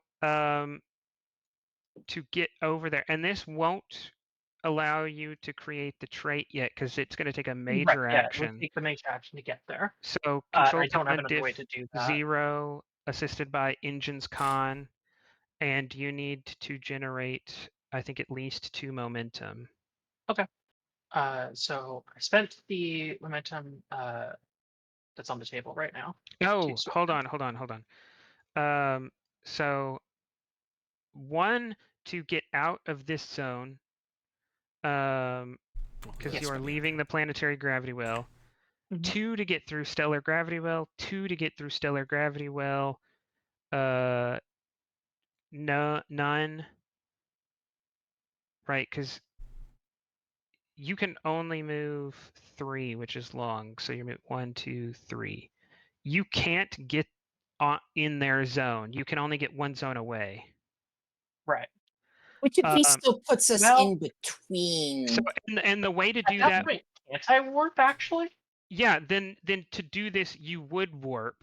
Yeah, because I knew I Um, couldn't get there on maneuvering. Maneuver. So like impulse Okay. doesn't get me there. Which means you still need the momentum. Regardless of the course you take, you need at least 1 to get out of this square. Yes. And I think you want to go here and then here and then here, Mhm. because right, because you don't want to go through the Yeah. stellar Going through a gravity well. star might be interesting. I don't think it's particularly conducive to living.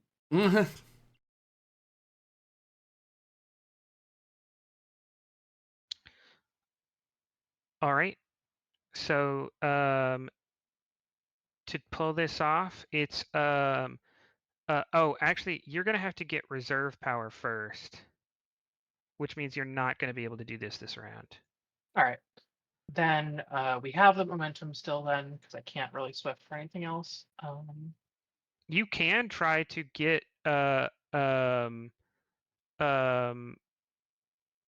you can try to reroute power because you have that talent, don't you? It's not a task, it's just a thing you do. do It I takes a have to major reroute action though. Power? I don't think 'Cause- so. Don't you have the talent that lets you override? Oh yeah, no, I do have multitasking. Which means you don't suffer a diff increase for things that related to engines? It means I can use my con department if I am overriding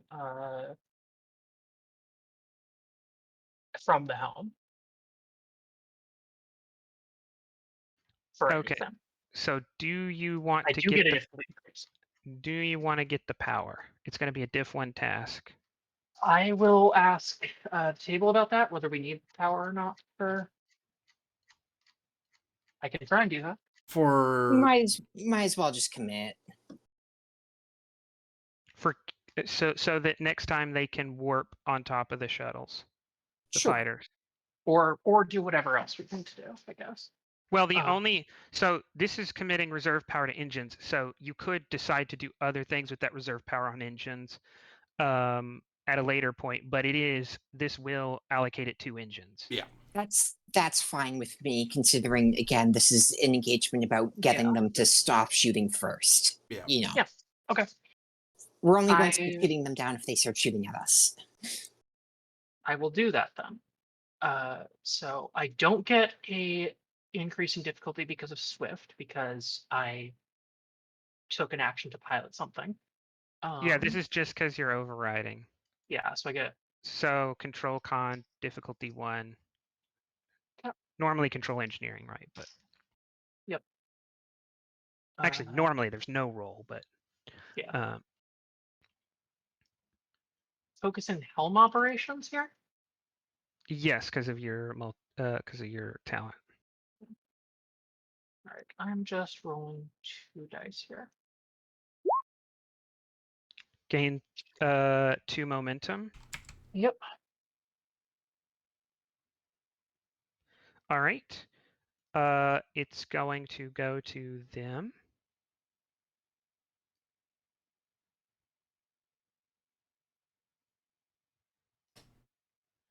Minor maneuver.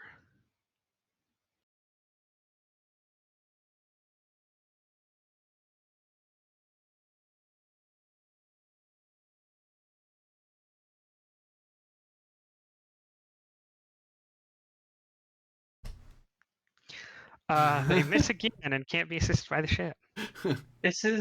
I'm so glad. As y'all might start to learn, these people haven't had to fight a major war in hundreds of years. They aren't that well trained.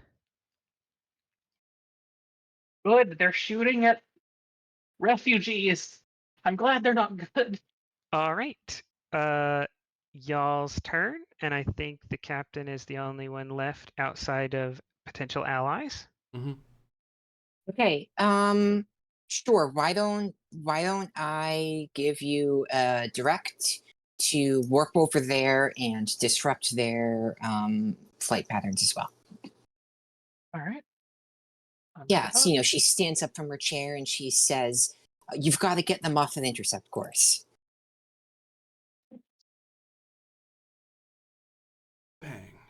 Oh, you're going into a planetary gravity well, so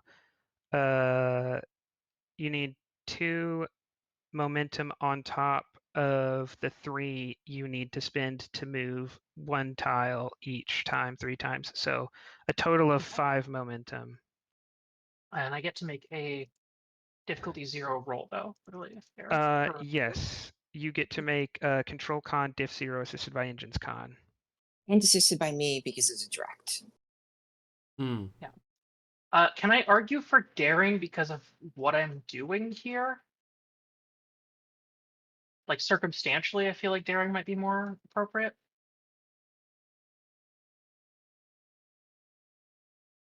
Say that again?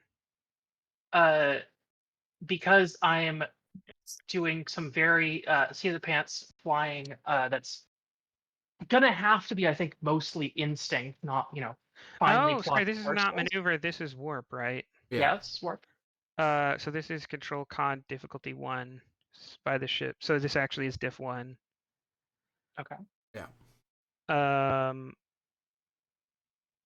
Okay, which means I don't think you actually need any momentum to purchase additional tiles. All you need is the 2 for the planetary gravity wells. Okay. As long as you get A hit the ship, because reserve power is being spent to do the warp jump, Doi. Yeah, no, I think control is exactly what's called for, not to run into a ship Okay. accidentally. Yeah, this is precision flying.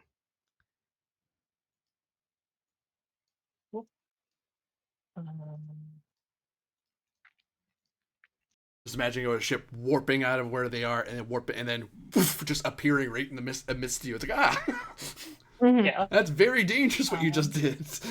Yes. The weird Correct. being. Would This you is like my me to favorite continue doing it? of directing in Star Trek, Star Wars, and like and small rebel ships will just break up on the bow.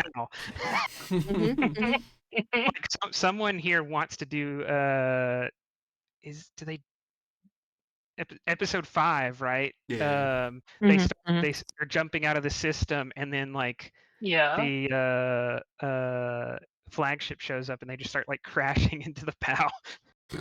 Yeah, no, it is absolutely a stupid, dangerous, risky move. There's a high likelihood of damaging, if not killing, many of the people involved. And also, it's the crew's only alternative to opening fire on citizens of the Federation.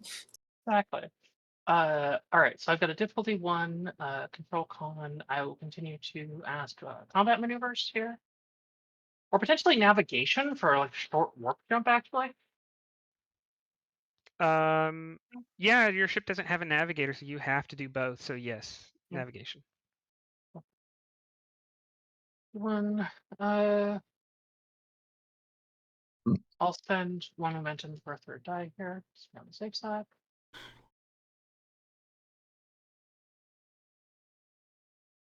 Good golly. And I think so difficulty was 1. 2 of those you needed to purchase to get here. And I assume you want to spend another 2 of those to hit a second fighter. Yes. Okay. And are you going to spend the 2 off the table? To hit a 3rd, I'd like to. Yeah. Okay. Well, to not hit a 3rd, but make them think that I'm Yeah. about to, and it's only through their, your piloting they were able to not be hit. I love this so much. Without even firing, without firing an actual shot that isn't a warning shot, we've disrupted their entire flight plan. So the trait is going to wear off of this guy. Is he checks all his systems and he resumes the attack pattern. Goes to y'all or to your allies. Yeah, I think we've all gone, so that's Yeah. good to them. Mhm.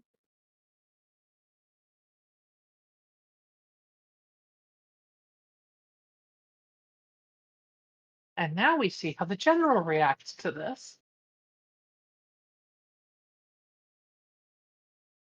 There's a stare of Airtana watching the screen and just thinking at it, hoping on hope that she's going to follow his lead. It's like, please see what I'm trying to do what I'm doing.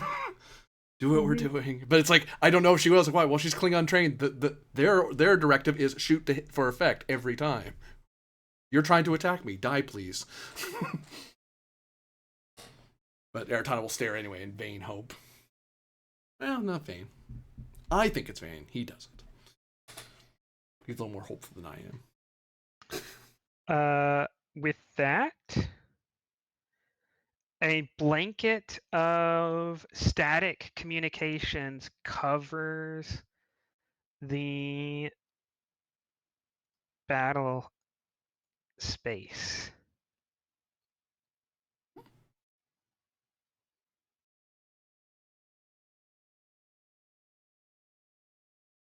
You started jamming? They have started using their electronic warfare systems to jam the enemy's communication systems. There's now a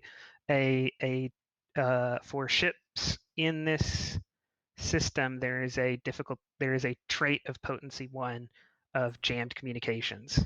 You'd have to waste a turn just calling people if you Yeah, wanted to you talk get it for free.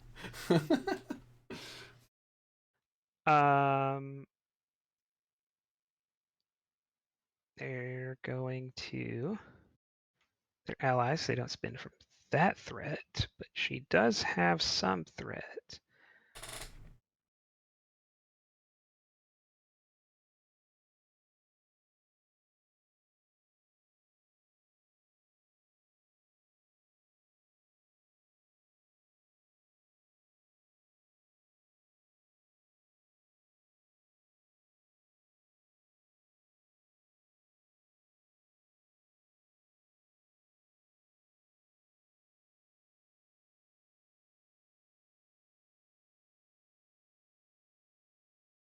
Just love how we fast and furious our way right at them. Yeah. Just we shoot at one of you. Now come here. Oh god, what are they doing? No, I you live- too, come here. I live my life a quarter impulse at a time. Look, I mean, the rest of the episode I might not have done much, but I'm trying to make every on-screen moment Mhm. count. Hey, Uh, it worked. she is going to spend 2 to keep and 3 on the value. The Klingons made me a weapon, which I will give to my people. Mm. We're in Uh, so much trouble if she's activating those nukes. to which,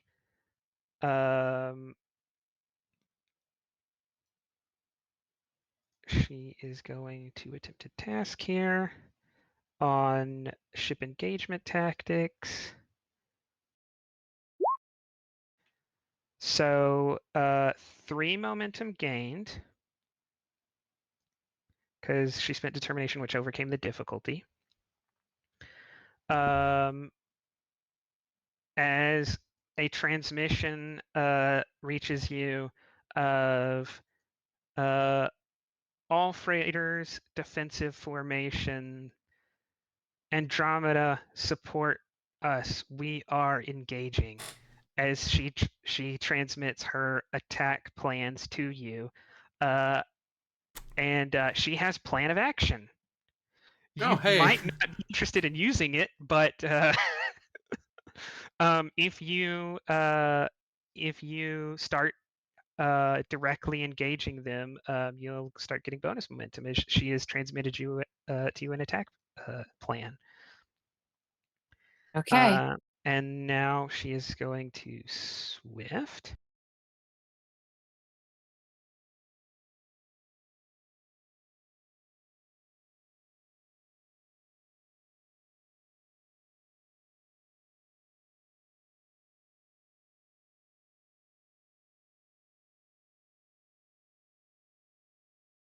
Oh, I take that back.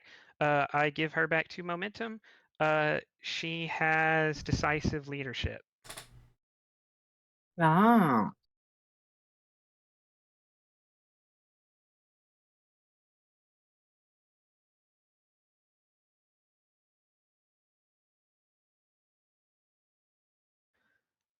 About time we had some So- decisive leadership around here. No, I'm just kidding.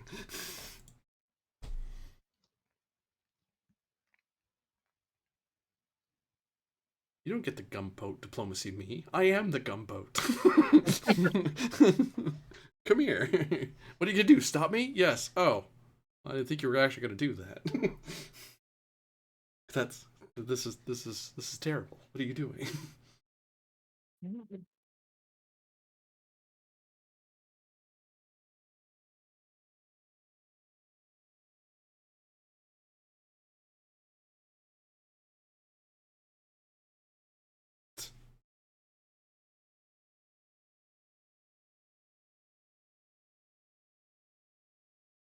Torpedo salvo full spread.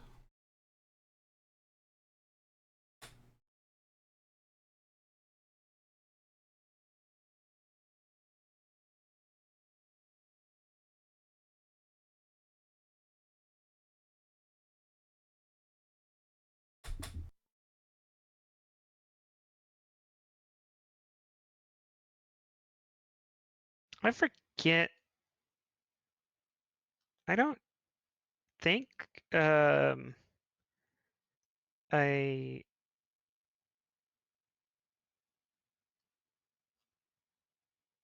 does it give anything for full spread? I thought firing torpedoes was just. I see fire a single torpedo. Oh.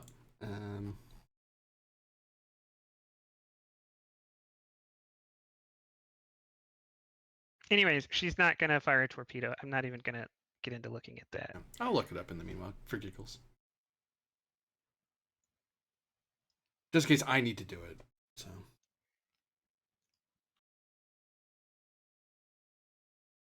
our captain can be pretty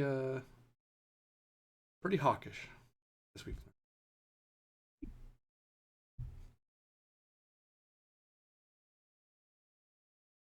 Gonna spend.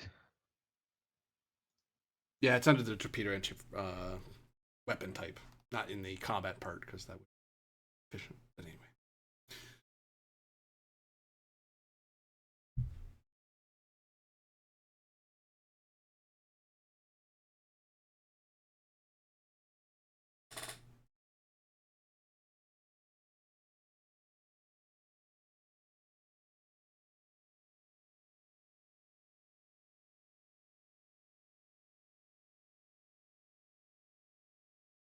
Actually, I will not spend any.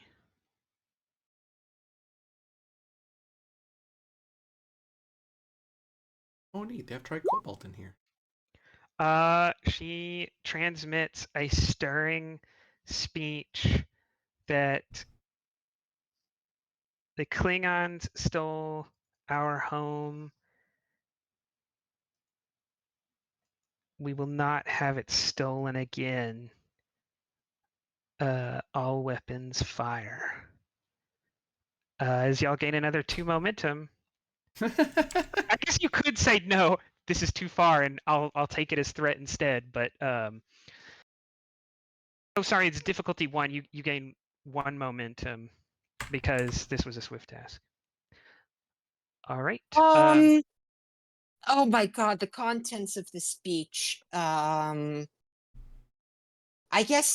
I guess we're going along with it. I can't believe I'm saying it, but I guess we're going along. Yeah, with we it. have to pick a side, Captain. Either we're Yep, repelling these people or we're fighting them.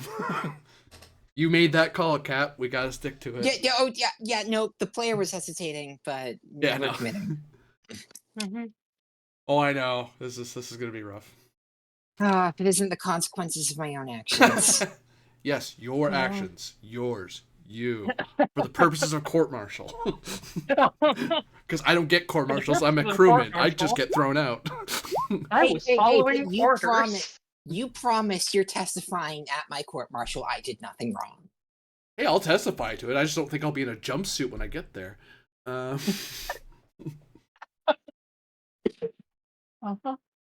All right.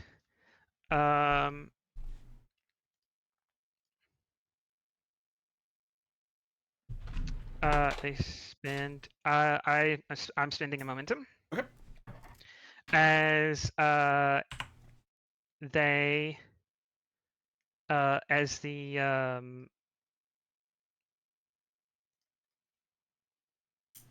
Tenva turns towards the enemy fighters, it both navigates to get the spinal lance in line and then creates a targeting solution on the weapons and then fires.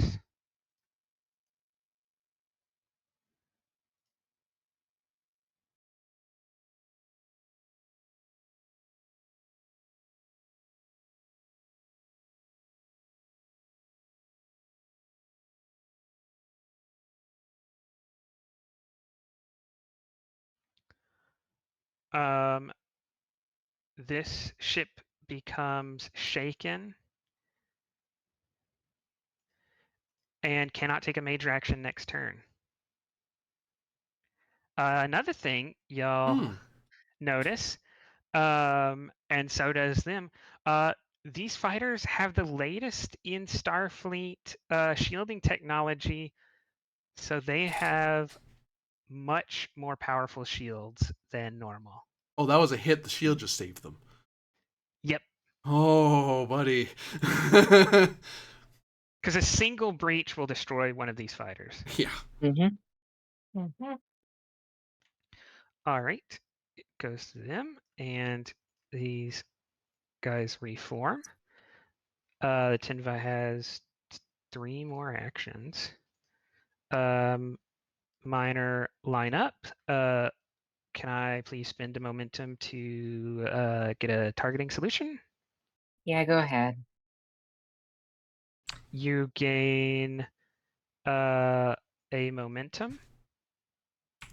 That's going to be brought up in the court martial. The prosecutors can say, we have documents here that you signed off on momentum transfers to the Tenva as they were shooting. A second beam from the lance illuminates space and slices the fighter in half. Bow to stern.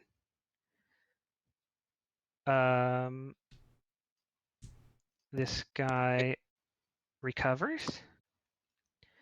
The Tenva would like to spend another momentum. Go ahead. This. Oh, sorry. I claw back one of those momentums. That was a diff 3. This is a diff 4 because they're doing the same thing again. I follow you.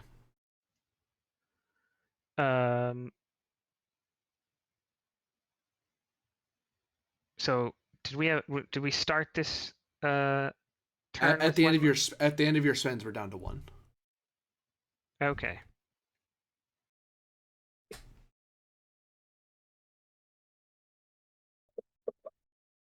I had it backwards initially. I was like, oh wait, that's what you meant. You're clawing. We weren't supposed to get that momentum. Oh, sorry, I forgot. 2 bonus momentum were gained off of plan of action. Oh, that's true, yeah. So we get back 2, I suppose, because you would have spent some of that for your extra actions and stuff, yeah. In the effort not to get us too confused, I'm just going to say it was spent on a trait to help targeting. Yeah, that makes sense. That leaves them with 1. These people reform.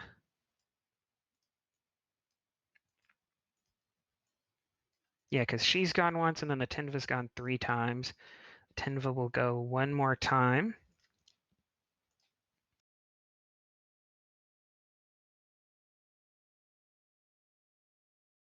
All right, so can I spend, please? There you go.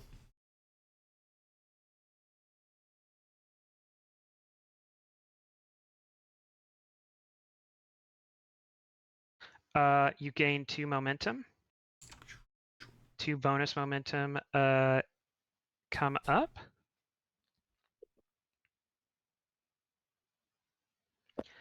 Which is spent on a swift task. Oh, sorry. No, that was a... Okay, I'm getting a little ahead of myself. They did a diff 0 task. They swifted. Then they rolled. It went up to diff 3. So 1 momentum was gained from that roll, and they have completed. I got out of order. They had to get reserve power first, not do the action, then get reserve power. Mm-hmm.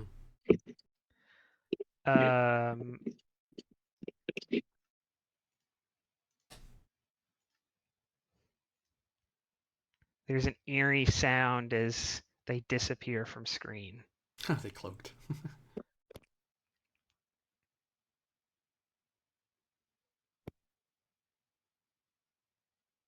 Which I don't think is great considering I think they have stronger shields and hull defenses than the civilian ships. And so by disappearing, they're kind of just encouraging remaining fighters to shoot the civilian ships.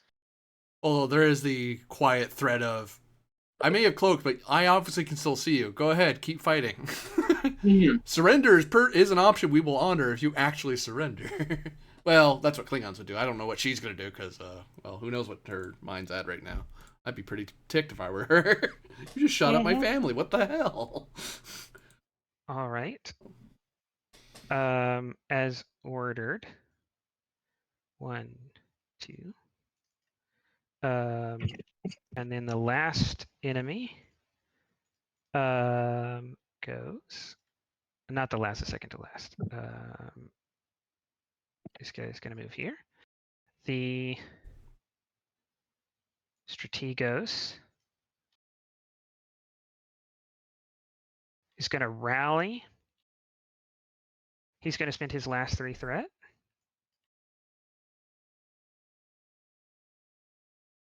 He's going to get a free hit from Hardliner. Presence Command, Inspiration, Value of Death to the Invaders.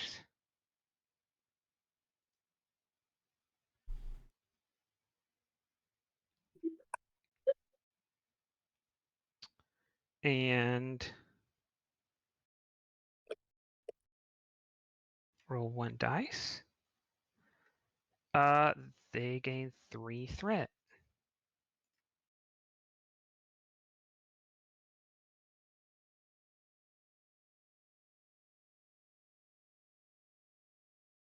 They gain 2 threat. There's a difficulty of 2 to communicate.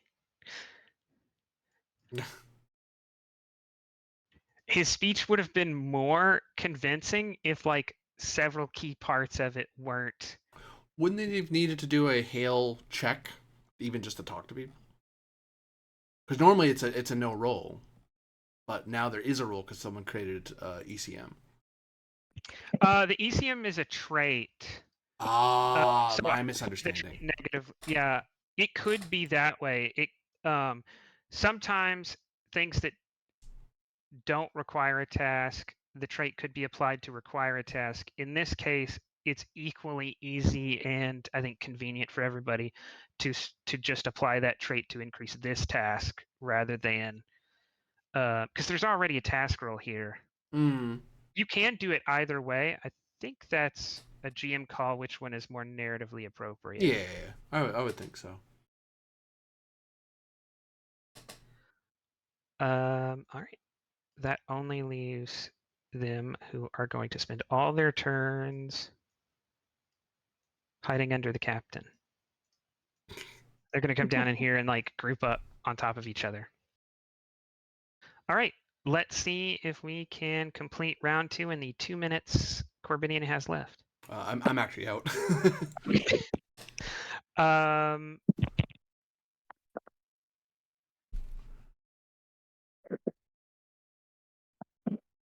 think that just means we have to do a part 2 here.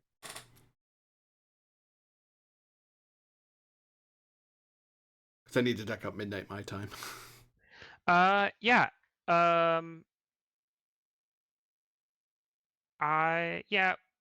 We can call it here, although narratively, with the losses and the confusion, the enemy is going to retreat. Yeah. We have a diplomatic problem next week. Yeah. Yeah. As the episode ends, the Andromeda is trying to clean up the situation, find out what's happened, get in touch with someone reasonable, and we leave with the the former IKS Tenva decloaking over the homeworld, over the capital city. And